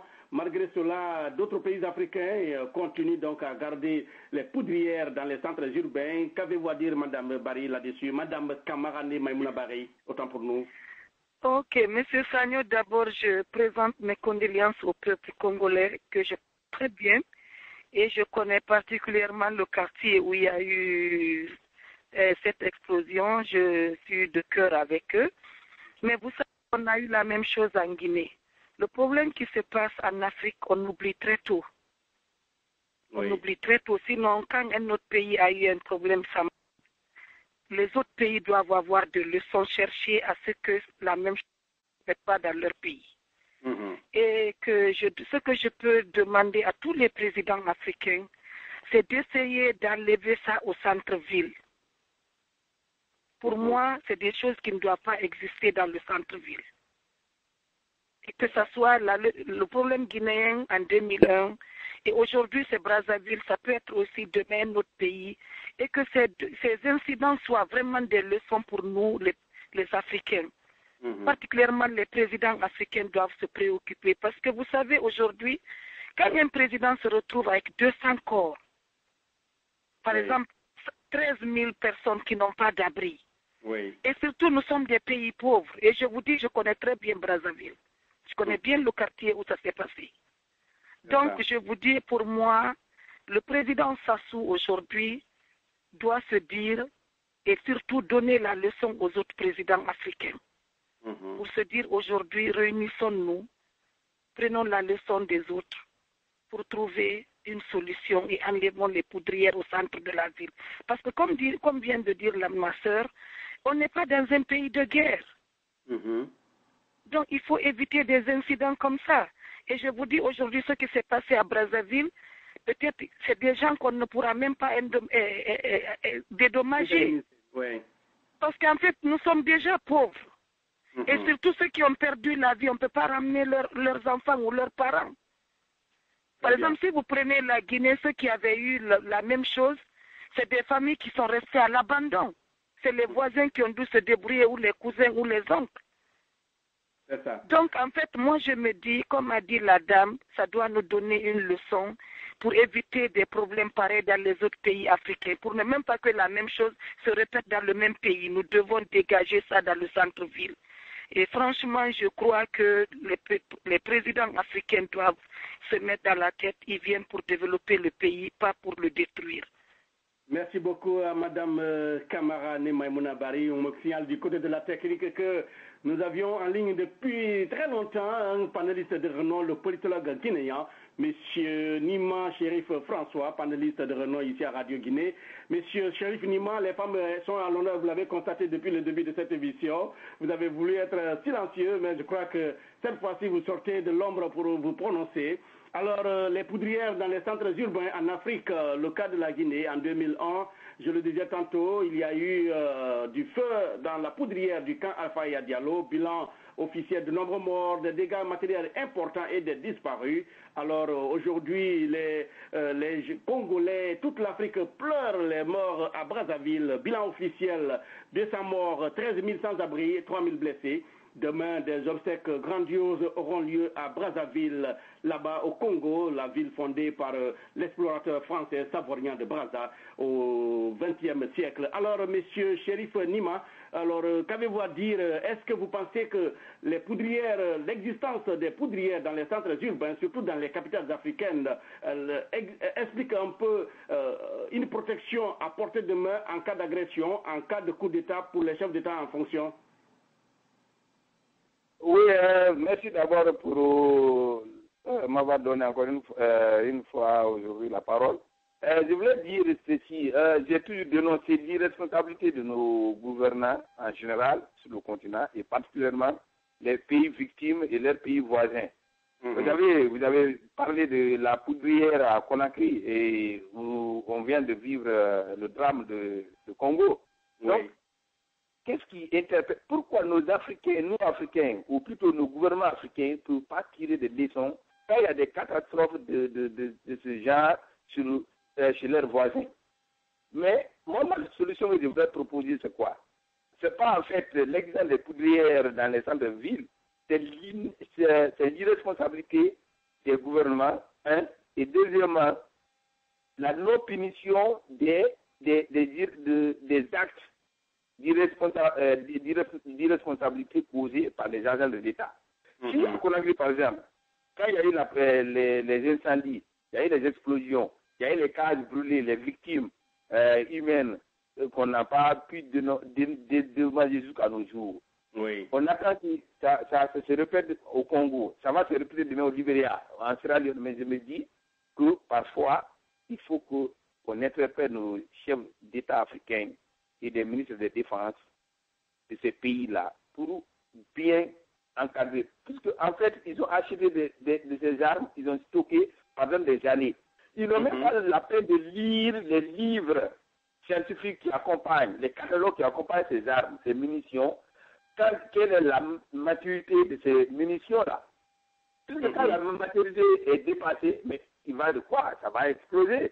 Mais je vous le dis, c'est l'irresponsabilité, c'est l'inaction, c'est le désintéressement. Et pour la solution pour remédier à cela, il faudrait que si les gouvernements ne peuvent pas le faire, il faudrait que nous, expatriés africains à l'étranger, que nous puissions au moins mettre sur pied une ONG.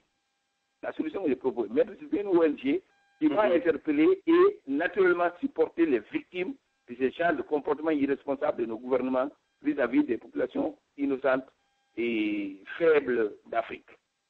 Puisqu'on ne peut pas laisser seulement les gens au compte dans la main de leurs gouvernements respectifs sans aucune dignité, sans aucun dédommagement quand les partis sont victimes de ces genres de violations de leurs droits. Donc, je me dis qu'il faut mettre une ONG sur place, peut-être interpeller le gouvernement. Ensuite, poursuivre les gouvernements qui n'ont pas dédommagé les populations victimes. Voilà ma solution que je propose. Très bien, mesdames et messieurs, vous écoutiez le politologue guinéo-américain, monsieur Chérif Nima François, qui vit dans la région de Washington, d'où nous émettons. Alors, il propose des sanctions et des ONG, la mise en place des ONG pour pouvoir prendre en charge les victimes issues de ces explosions. C'est vrai, aujourd'hui au Congo-Brazzaville, les hôpitaux sont débordés, 3000 sans-abri valables, des blessés graves, 13 000 sans-abri, 3000 blessés, c'est énorme, 200 morts. S'il y a aussi dans les décombres de ces villas qui se sont écoulés, des morts qui ne restent pas encore, qui restent donc non identifiés, des corps qui sont là-bas enfouis sous les décombres à Brazzaville. Alors nous allons comprendre l'avis de notre panéliste, monsieur Alain qui est conseiller à la rédaction ici de Radio Guinée. Monsieur Alain, alors en Guinée aujourd'hui nous savons que suite à cette explosion de 2001, aujourd'hui, les armes lourdes ont été délocalisées à l'intérieur du pays, de même que la poudrière, je crois bien, à Conakry. Alors, mais quelle analyse approfondie faites-vous de cette situation qui n'est pas la première, qui n'est pas donc première du genre dans le continent, car au Nigeria, je vous l'ai dit, en 2007-2008, il y a eu une explosion qui a fait beaucoup de morts, 1000 morts, en Ouganda, en République démocratique du Congo, et tenez-vous bien, cette explosion de Brazzaville a touché des habitants de Kinshasa, comme vous le savez, c'est le fleuve Congo qui sépare les deux capitales Alors, des obus des obus ont éclaté du côté de Kinshasa où il y a eu, où des toits, des maisons ont été emportés. Alors, Monsieur Alain, une analyse de cette situation en Afrique. Merci beaucoup, Monsieur Georges. Et vous savez que toutes nos villes africaines connaissent aujourd'hui une croissance très poussée. À la construction de ces camps et de ces poudrières, c'était des banlieues. Quand vous prenez le cas de Conakry, le camp Alpha Yaya est très, très éloigné de Kaloum. Donc, et étant des pays très pauvres, le développement ne suit pas la croissance. Donc, les poudrières sont restées au centre-ville aujourd'hui parce que la population est devenue très énorme et les gens ont construit au-delà des camps. Donc, c'est resté au centre-ville. Et comme on le disait, ce n'est que parce que on est au début, comment on appelle, des années de démocratisation, comme en Guinée par exemple, que la communauté internationale nous accompagne en ce qui concerne les réformes militaires. C'est à l'occasion-là que le gouvernement, depuis le temps de Lansana Conté, s'était proposé de faire déménager la poudrière de camp Alpha Yaya au camp Kwame Nkrumah. Donc, et dans les autres camps aussi, comme Kindia et Kankan.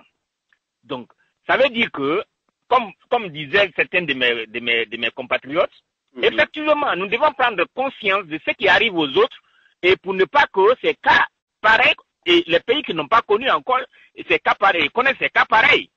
Donc, le cas guinéen, je sais que beaucoup de solutions sont en voie d'être réalisées en ce qui concerne le déplacement de la poudrière. Et le cas du Congo, c'est très malheureux, parce que au départ, vous savez, les dictateurs pensaient qu'il fallait garder les armes à côté dans la ville pour qu'en cas de coup d'État et qu'il y ait vite des répliques. Mais ce n'est plus le cas. Voyez le cas en Guinée. Au mois de juillet 2011, quand chez le président de la République, quand ça a été attaqué, il était bien proche du camp. Mais les militaires, vous savez, le renfort n'est pas venu du camp. C'est pour dire qu'avec la démocratisation, beaucoup de choses vont changer en Afrique. Beaucoup de choses vont changer. Le déplacement d'un camp militaire coûte énormément d'argent. Nous sommes d'accord. Il y a eu des victimes. Il faut que cela fasse partie des priorités de nos gouvernements. Qu'il y ait maintenant des camps et un peu très loin de la ville, ou qu'on prenne des villes même limitrophes des capitales, qu'on construise des camps. Donc, nous ne sommes pas en temps de guerre, c'est bien vrai, mais n'oublions pas que l'économie d'une guerre se prépare en temps de paix. Donc, il faut toujours qu'on ait quand même des armements, mais qu'ils soient éloignés de nos capitales. C'est bien vrai, c'est malheureux, ce sont des accidents. Et ce qui est arrivé au Japon, c'est la même chose. Donc, il ne faut pas qu'on essaye de mettre ça quand même à l'actif des gouvernants. C'est parce que nous sommes un pays pauvre, c'est parce qu'on est en voie de développement. Quand on parle de voie de développement, tout ça, ça fait partie, comme de la construction des usines. Donc, c'est malheureux. Et comme disait Madame Camara, et nous présentons vraiment nos condoléances au peuple congolais, c'est malheureux. Et que cela soit une leçon pour les autres pays africains et à chercher des doléances auprès des Nations Unies, à déplacer des camps et des poudrières au centre-ville de nos capitales. Merci beaucoup à M. Alain. Je vous rappelle que l'explosion de la centrale nucléaire de Tchernobyl en Russie en 1989 avait fait aussi beaucoup de morts. L'année passée, le tremblement de terre au Japon, la centrale nucléaire de Fukushima a connu aussi des cas pareils, beaucoup de morts et des dégâts matériels importants. Espérons que les décideurs prendront conscience. Dernier virage, mesdames et messieurs, de cette émission, l'UNESCO a finalement accepté d'instituer le prix de la Guinée équatoriale pour la recherche scientifique en lieu et place du prix Teodoro Obiang Nguema, président de la Guinée équatoriale. Quelle analyse faites-vous de ce feuilleton politico-culturel? Direction donc, on ne va pas à Lyon, on reste à Washington. Alors, Madame Yvonne Macquarie, vous êtes une panafricaine qui suit de près l'évolution de la situation dans ce pays que vous connaissez bien. Alors, la Guinée équatoriale, on n'a pas donné le nom du prix, le nom du président au prix, mais le pays a emporté. Quelle controverse, quel commentaire avez-vous? Et c'est vraiment très intéressant, je dirais, quel que soit quoi il a pu avoir le prix. Et où est la différence entre donner le prix à M. Obeng ou de déposer le prix dans son pays, ça lui appartient toujours. Et moi, je pense que, tout ce remue-ménage n'apporte à rien. Et le problème, c'est que, tout le monde connaît qui est M. Obeng. Obiang Nguema, Théodore Obiang Nguema, oui. M. Théodore Obiang Nguema. Oui. On le connaît tous. Et en ce moment, on parle du droit humain, qu'il est ceci, qu'il est cela. Enfin, il y a beaucoup de choses négatives qui sortent de ce monsieur. Pourquoi est-ce qu'on a pu lui adresser ce prix d'abord? Et je dirais qu'il il tient un grand poste, il a une très grande responsabilité dans cette organisation. Son fils, Mang, fait partie, il y a toute une famille qui fait partie, mais je dirais que parfois il faut regarder la personne en tant que telle. Monsieur Obeng, comme je l'appelle parfois, et depuis 1979, comme on l'a appris, il a écarté son propre oncle du pouvoir. Donc on peut se mettre en tête exactement qui il est. Et puis, la richesse de son pays, bien sûr, à un moment donné, c'était basé, comme les gens le disaient, les actualités, puisque son fils a été arrêté à Washington, Obeng Théodore, sur possession de drogue. Les gens racontent beaucoup assez que son pays est connu pour leur trafic de drogue. Mais ce n'est pas tellement la raison pour laquelle on doit lui retirer ce qu'on devait lui donner aujourd'hui. Et c'est une histoire politique. Et j'ai un de mes amis qui me disait dernièrement, non, il faudrait qu'on arrive à voir la Guinée équatoriale comme un deuxième pays, comme la Libye. C'est en ce moment, le fait qu'ils sont assez riches en ce moment, donc le monde essaie de voir comment est-ce qu'on peut les écarter. Le président fait son travail comme il le faut, qu'on le laisse travailler, qu'on lui donne ce qu'il veut, qu'il demande. Mais comme je le dis habituellement, remettez à César ce qui appartient à César. Mais ce que je sais, c'est que personne ne peut acheter le chemin du paradis. C'est tout ce que je peux dire. Merci beaucoup à Madame Yvonne McCurry, journaliste, écrivaine, ici à Washington. Direction Lyon où Madame André Kébé nous a rejoint depuis donc le début de cette émission. Madame André Kébé, vous êtes à Lyon, vous vivez ce qui se passe là-bas à Paris, où siège l'UNESCO. Alors, la controverse autour de ce prix qui est d'une bagatelle de 3 millions de dollars, c'est que M. Obiang Nguema, qui est le président, donc Théodore Obiang Nguema, président de la Guinée équatoriale, n'est pas ici un démocrate. Les gens lui prêtent à tort ou à raison les qualités de despote, donc de président dictateur. Et il est aujourd'hui avec son fils au centre des biens mal acquis qui ont été donc gelés en France là-bas. Alors, comment, vous qui êtes à Lyon, très proche de Paris, donc, comment vivez-vous cette controverse liée à ce prix? L'UNESCO, qui est une grande organisation, un organisme important, respecté des Nations Unies, qui accepte finalement le prix proposé par la Guinée équatoriale, qui porte le nom de la Guinée équatoriale au lieu du nom du président, M. Théodoro. Et comme disait notre consoeur Yvonne, quelle est la différence entre le prix qui porterait le nom de Obiang Nguema et le prix qui porterait le nom de la Guinée équatoriale, son pays, et donc qu'il gère jusqu'à présent? Alors, André Kébé, quel commentaire avez-vous? Sur ce dossier-là, je ne pourrais pas apporter un grand commentaire parce que je n'ai pas personnellement suivi ce qui s'est exactement passé dans ce dossier. Mais je penserais plus à l'actualité par rapport au fils qu'on a montré il n'y a pas longtemps, justement avec les accusations sur le président. C'est pour ça qu'on a dû donner au nom du pays au lieu du président par rapport aux accusations qu'il est poursuivi, je pense. Mais là-dessus, je n'ai pas bien suivi le dossier sur l'UNESCO. Je n'ai pas suivi ce dossier, donc je ne pourrais pas apporter de commentaires qui peut éclaircir sur ça. Merci beaucoup, Madame André, de votre contribution. Je rappelle à nos auditeurs que Madame André Kébé est ancienne panéliste de Radio Guinée USA. Elle nous répond à partir de Lyon. Elle est présidente du mouvement Changeons la Guinée. Voyons du côté de notre politologue guinéo-américain, Monsieur Chérif Niman François. Alors, la controverse, ça vous dit quoi autour de ce prix? Oui, je dirais que tout Africain devrait être fier quand un Africain arrive à décrocher un tel prix ou arrive à être immortalisé par des actions de ce genre. Mais la question concernant Obiangema, c'est par rapport à la source de ces recettes qu'ils mettent à la disposition de ces organisations internationales. Nous sommes tous aujourd'hui engagés, nous savons les victimes de la corruption sur le continent. Nous sommes tous, le retard du continent est dû en grande partie par la mauvaise gestion de ses fils et de ses filles. Donc, le prix, nous ne sommes pas, moi personnellement, et tant beaucoup d'autres qui sont contre le prix, qui ne sont pas contre le prix, mais nous sommes pour le nom que devrait porter le prix ou bien l'immortalisation que cela représentait.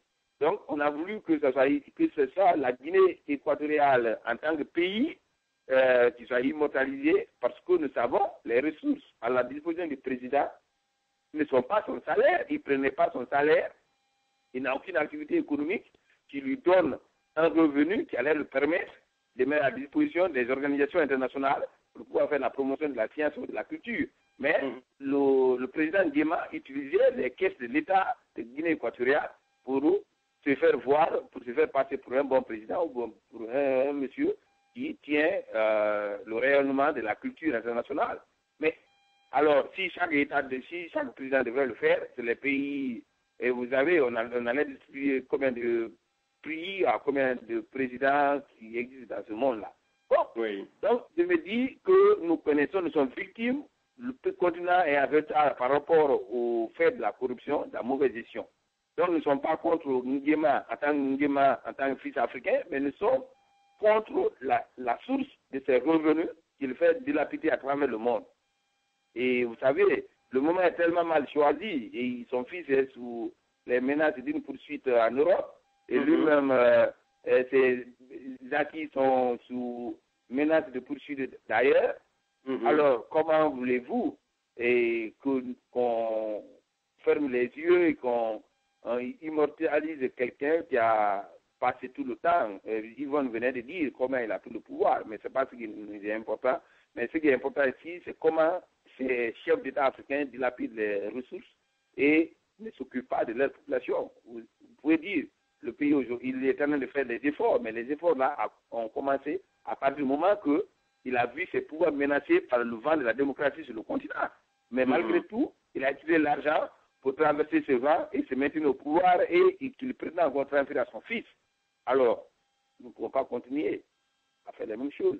Il faut aller de l'avant. Donc, on a voulu que ce soit la Guinée équatoriale qui soit immortalisée et non pas une personne. Et comme j'ai toujours dit, et je crois que c'est la donne actuelle, il faut des institutions fortes au lieu d'avoir des hommes forts. Merci beaucoup. Il faut des institutions fortes en Afrique au lieu d'avoir des hommes forts. Propos héritiers du président Obama lors de son séjour panafricain, c'était à Accra. Alors, M. Chérif Nima, je vous rappelle, mesdames et messieurs, est politologue guinéen basé dans la région métropolitaine de Washington. Direction Minnesota où nous allons prendre l'avis de notre consultant, M. Alain. M. Alain, alors cette controverse, je vous dis un peu la quintessence.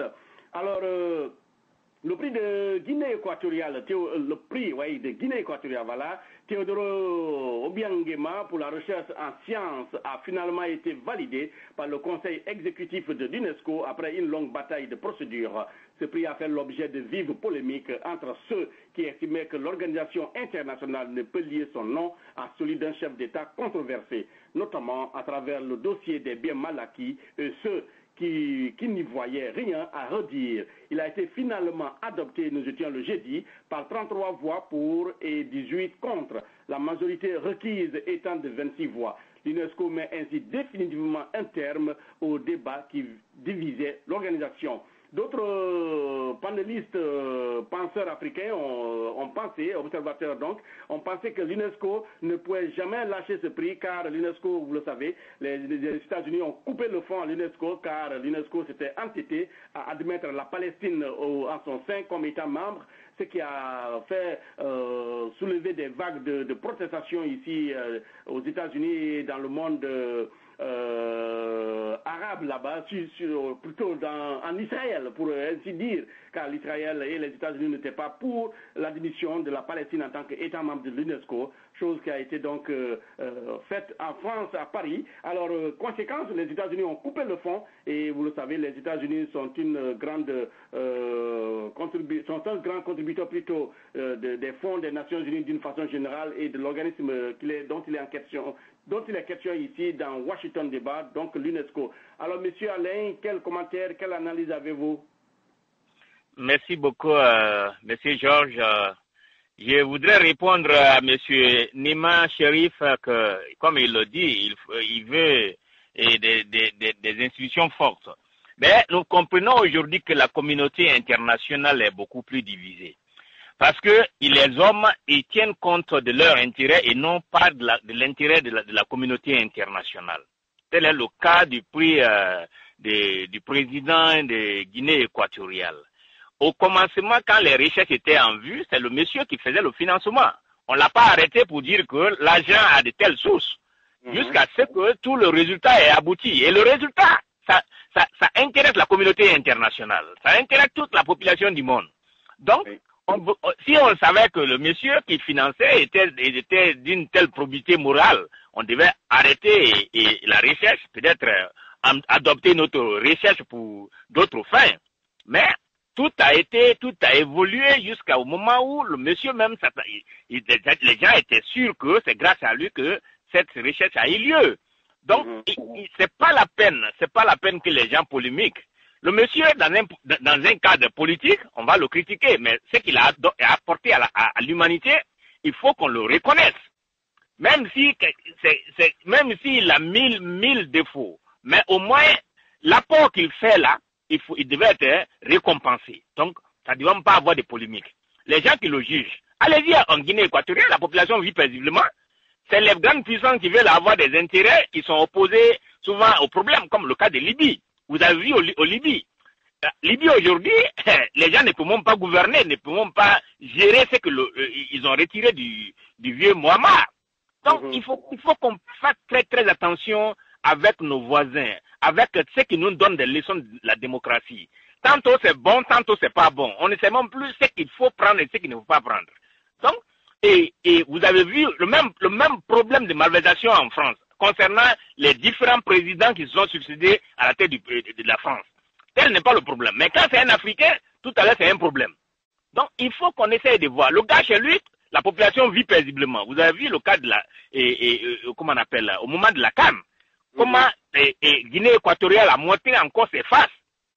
Donc, il ne faut pas qu'on essaie de dramatiser. Si nous sommes dans un cadre politique, qu'on essaie de voir tous les éléments politiques. Mais si c'est dans un cadre culturel et scientifique, il faut qu'on reste dans ce domaine-là aussi. Donc, c'est comme disait Yvonne, on ne sait pas, tant mieux. Le prix revient à la Guinée équatoriale. Dieu merci, ils ne l'ont pas retiré. Donc, c'est du jeu de mots. Moi, je sais que le monsieur, sur ce plan-là, il mérite vraiment d'être récompensé. Je vous remercie. Voilà, ce monsieur mérite d'être récompensé, signé de monsieur Alain, consultant à Radio Guinée USA.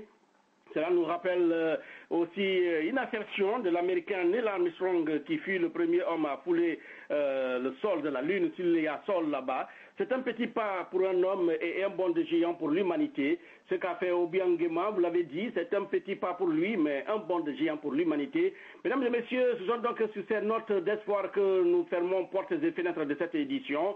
La 63e du genre ici à Washington Débat. Rendez-vous la semaine prochaine, vous avez compris, quand les femmes sont debout, personne ne peut rester indifférent. Nous avons prolongé le temps d'antenne à cause des femmes, car ce sont nos mères, nos épouses, nos sœurs, nos cousines. Elles sont à célébrer, nous les célébrons tout au long de ce mois de mars. Merci à vous, braves femmes de Guinée, d'Afrique et d'ailleurs. Rendez-vous la semaine prochaine. Retrouvez-nous sur Facebook et sur Twitter, les réseaux sociaux de communication. C'était au micro Georges Léonard Sagno. Merci à monsieur Abdallah de la technique du côté de New York. Rendez-vous, dis-je, la semaine prochaine pour d'autres débats. Encore une fois, bonne fête aux femmes d'Afrique et du monde. Bonne soirée chez vous.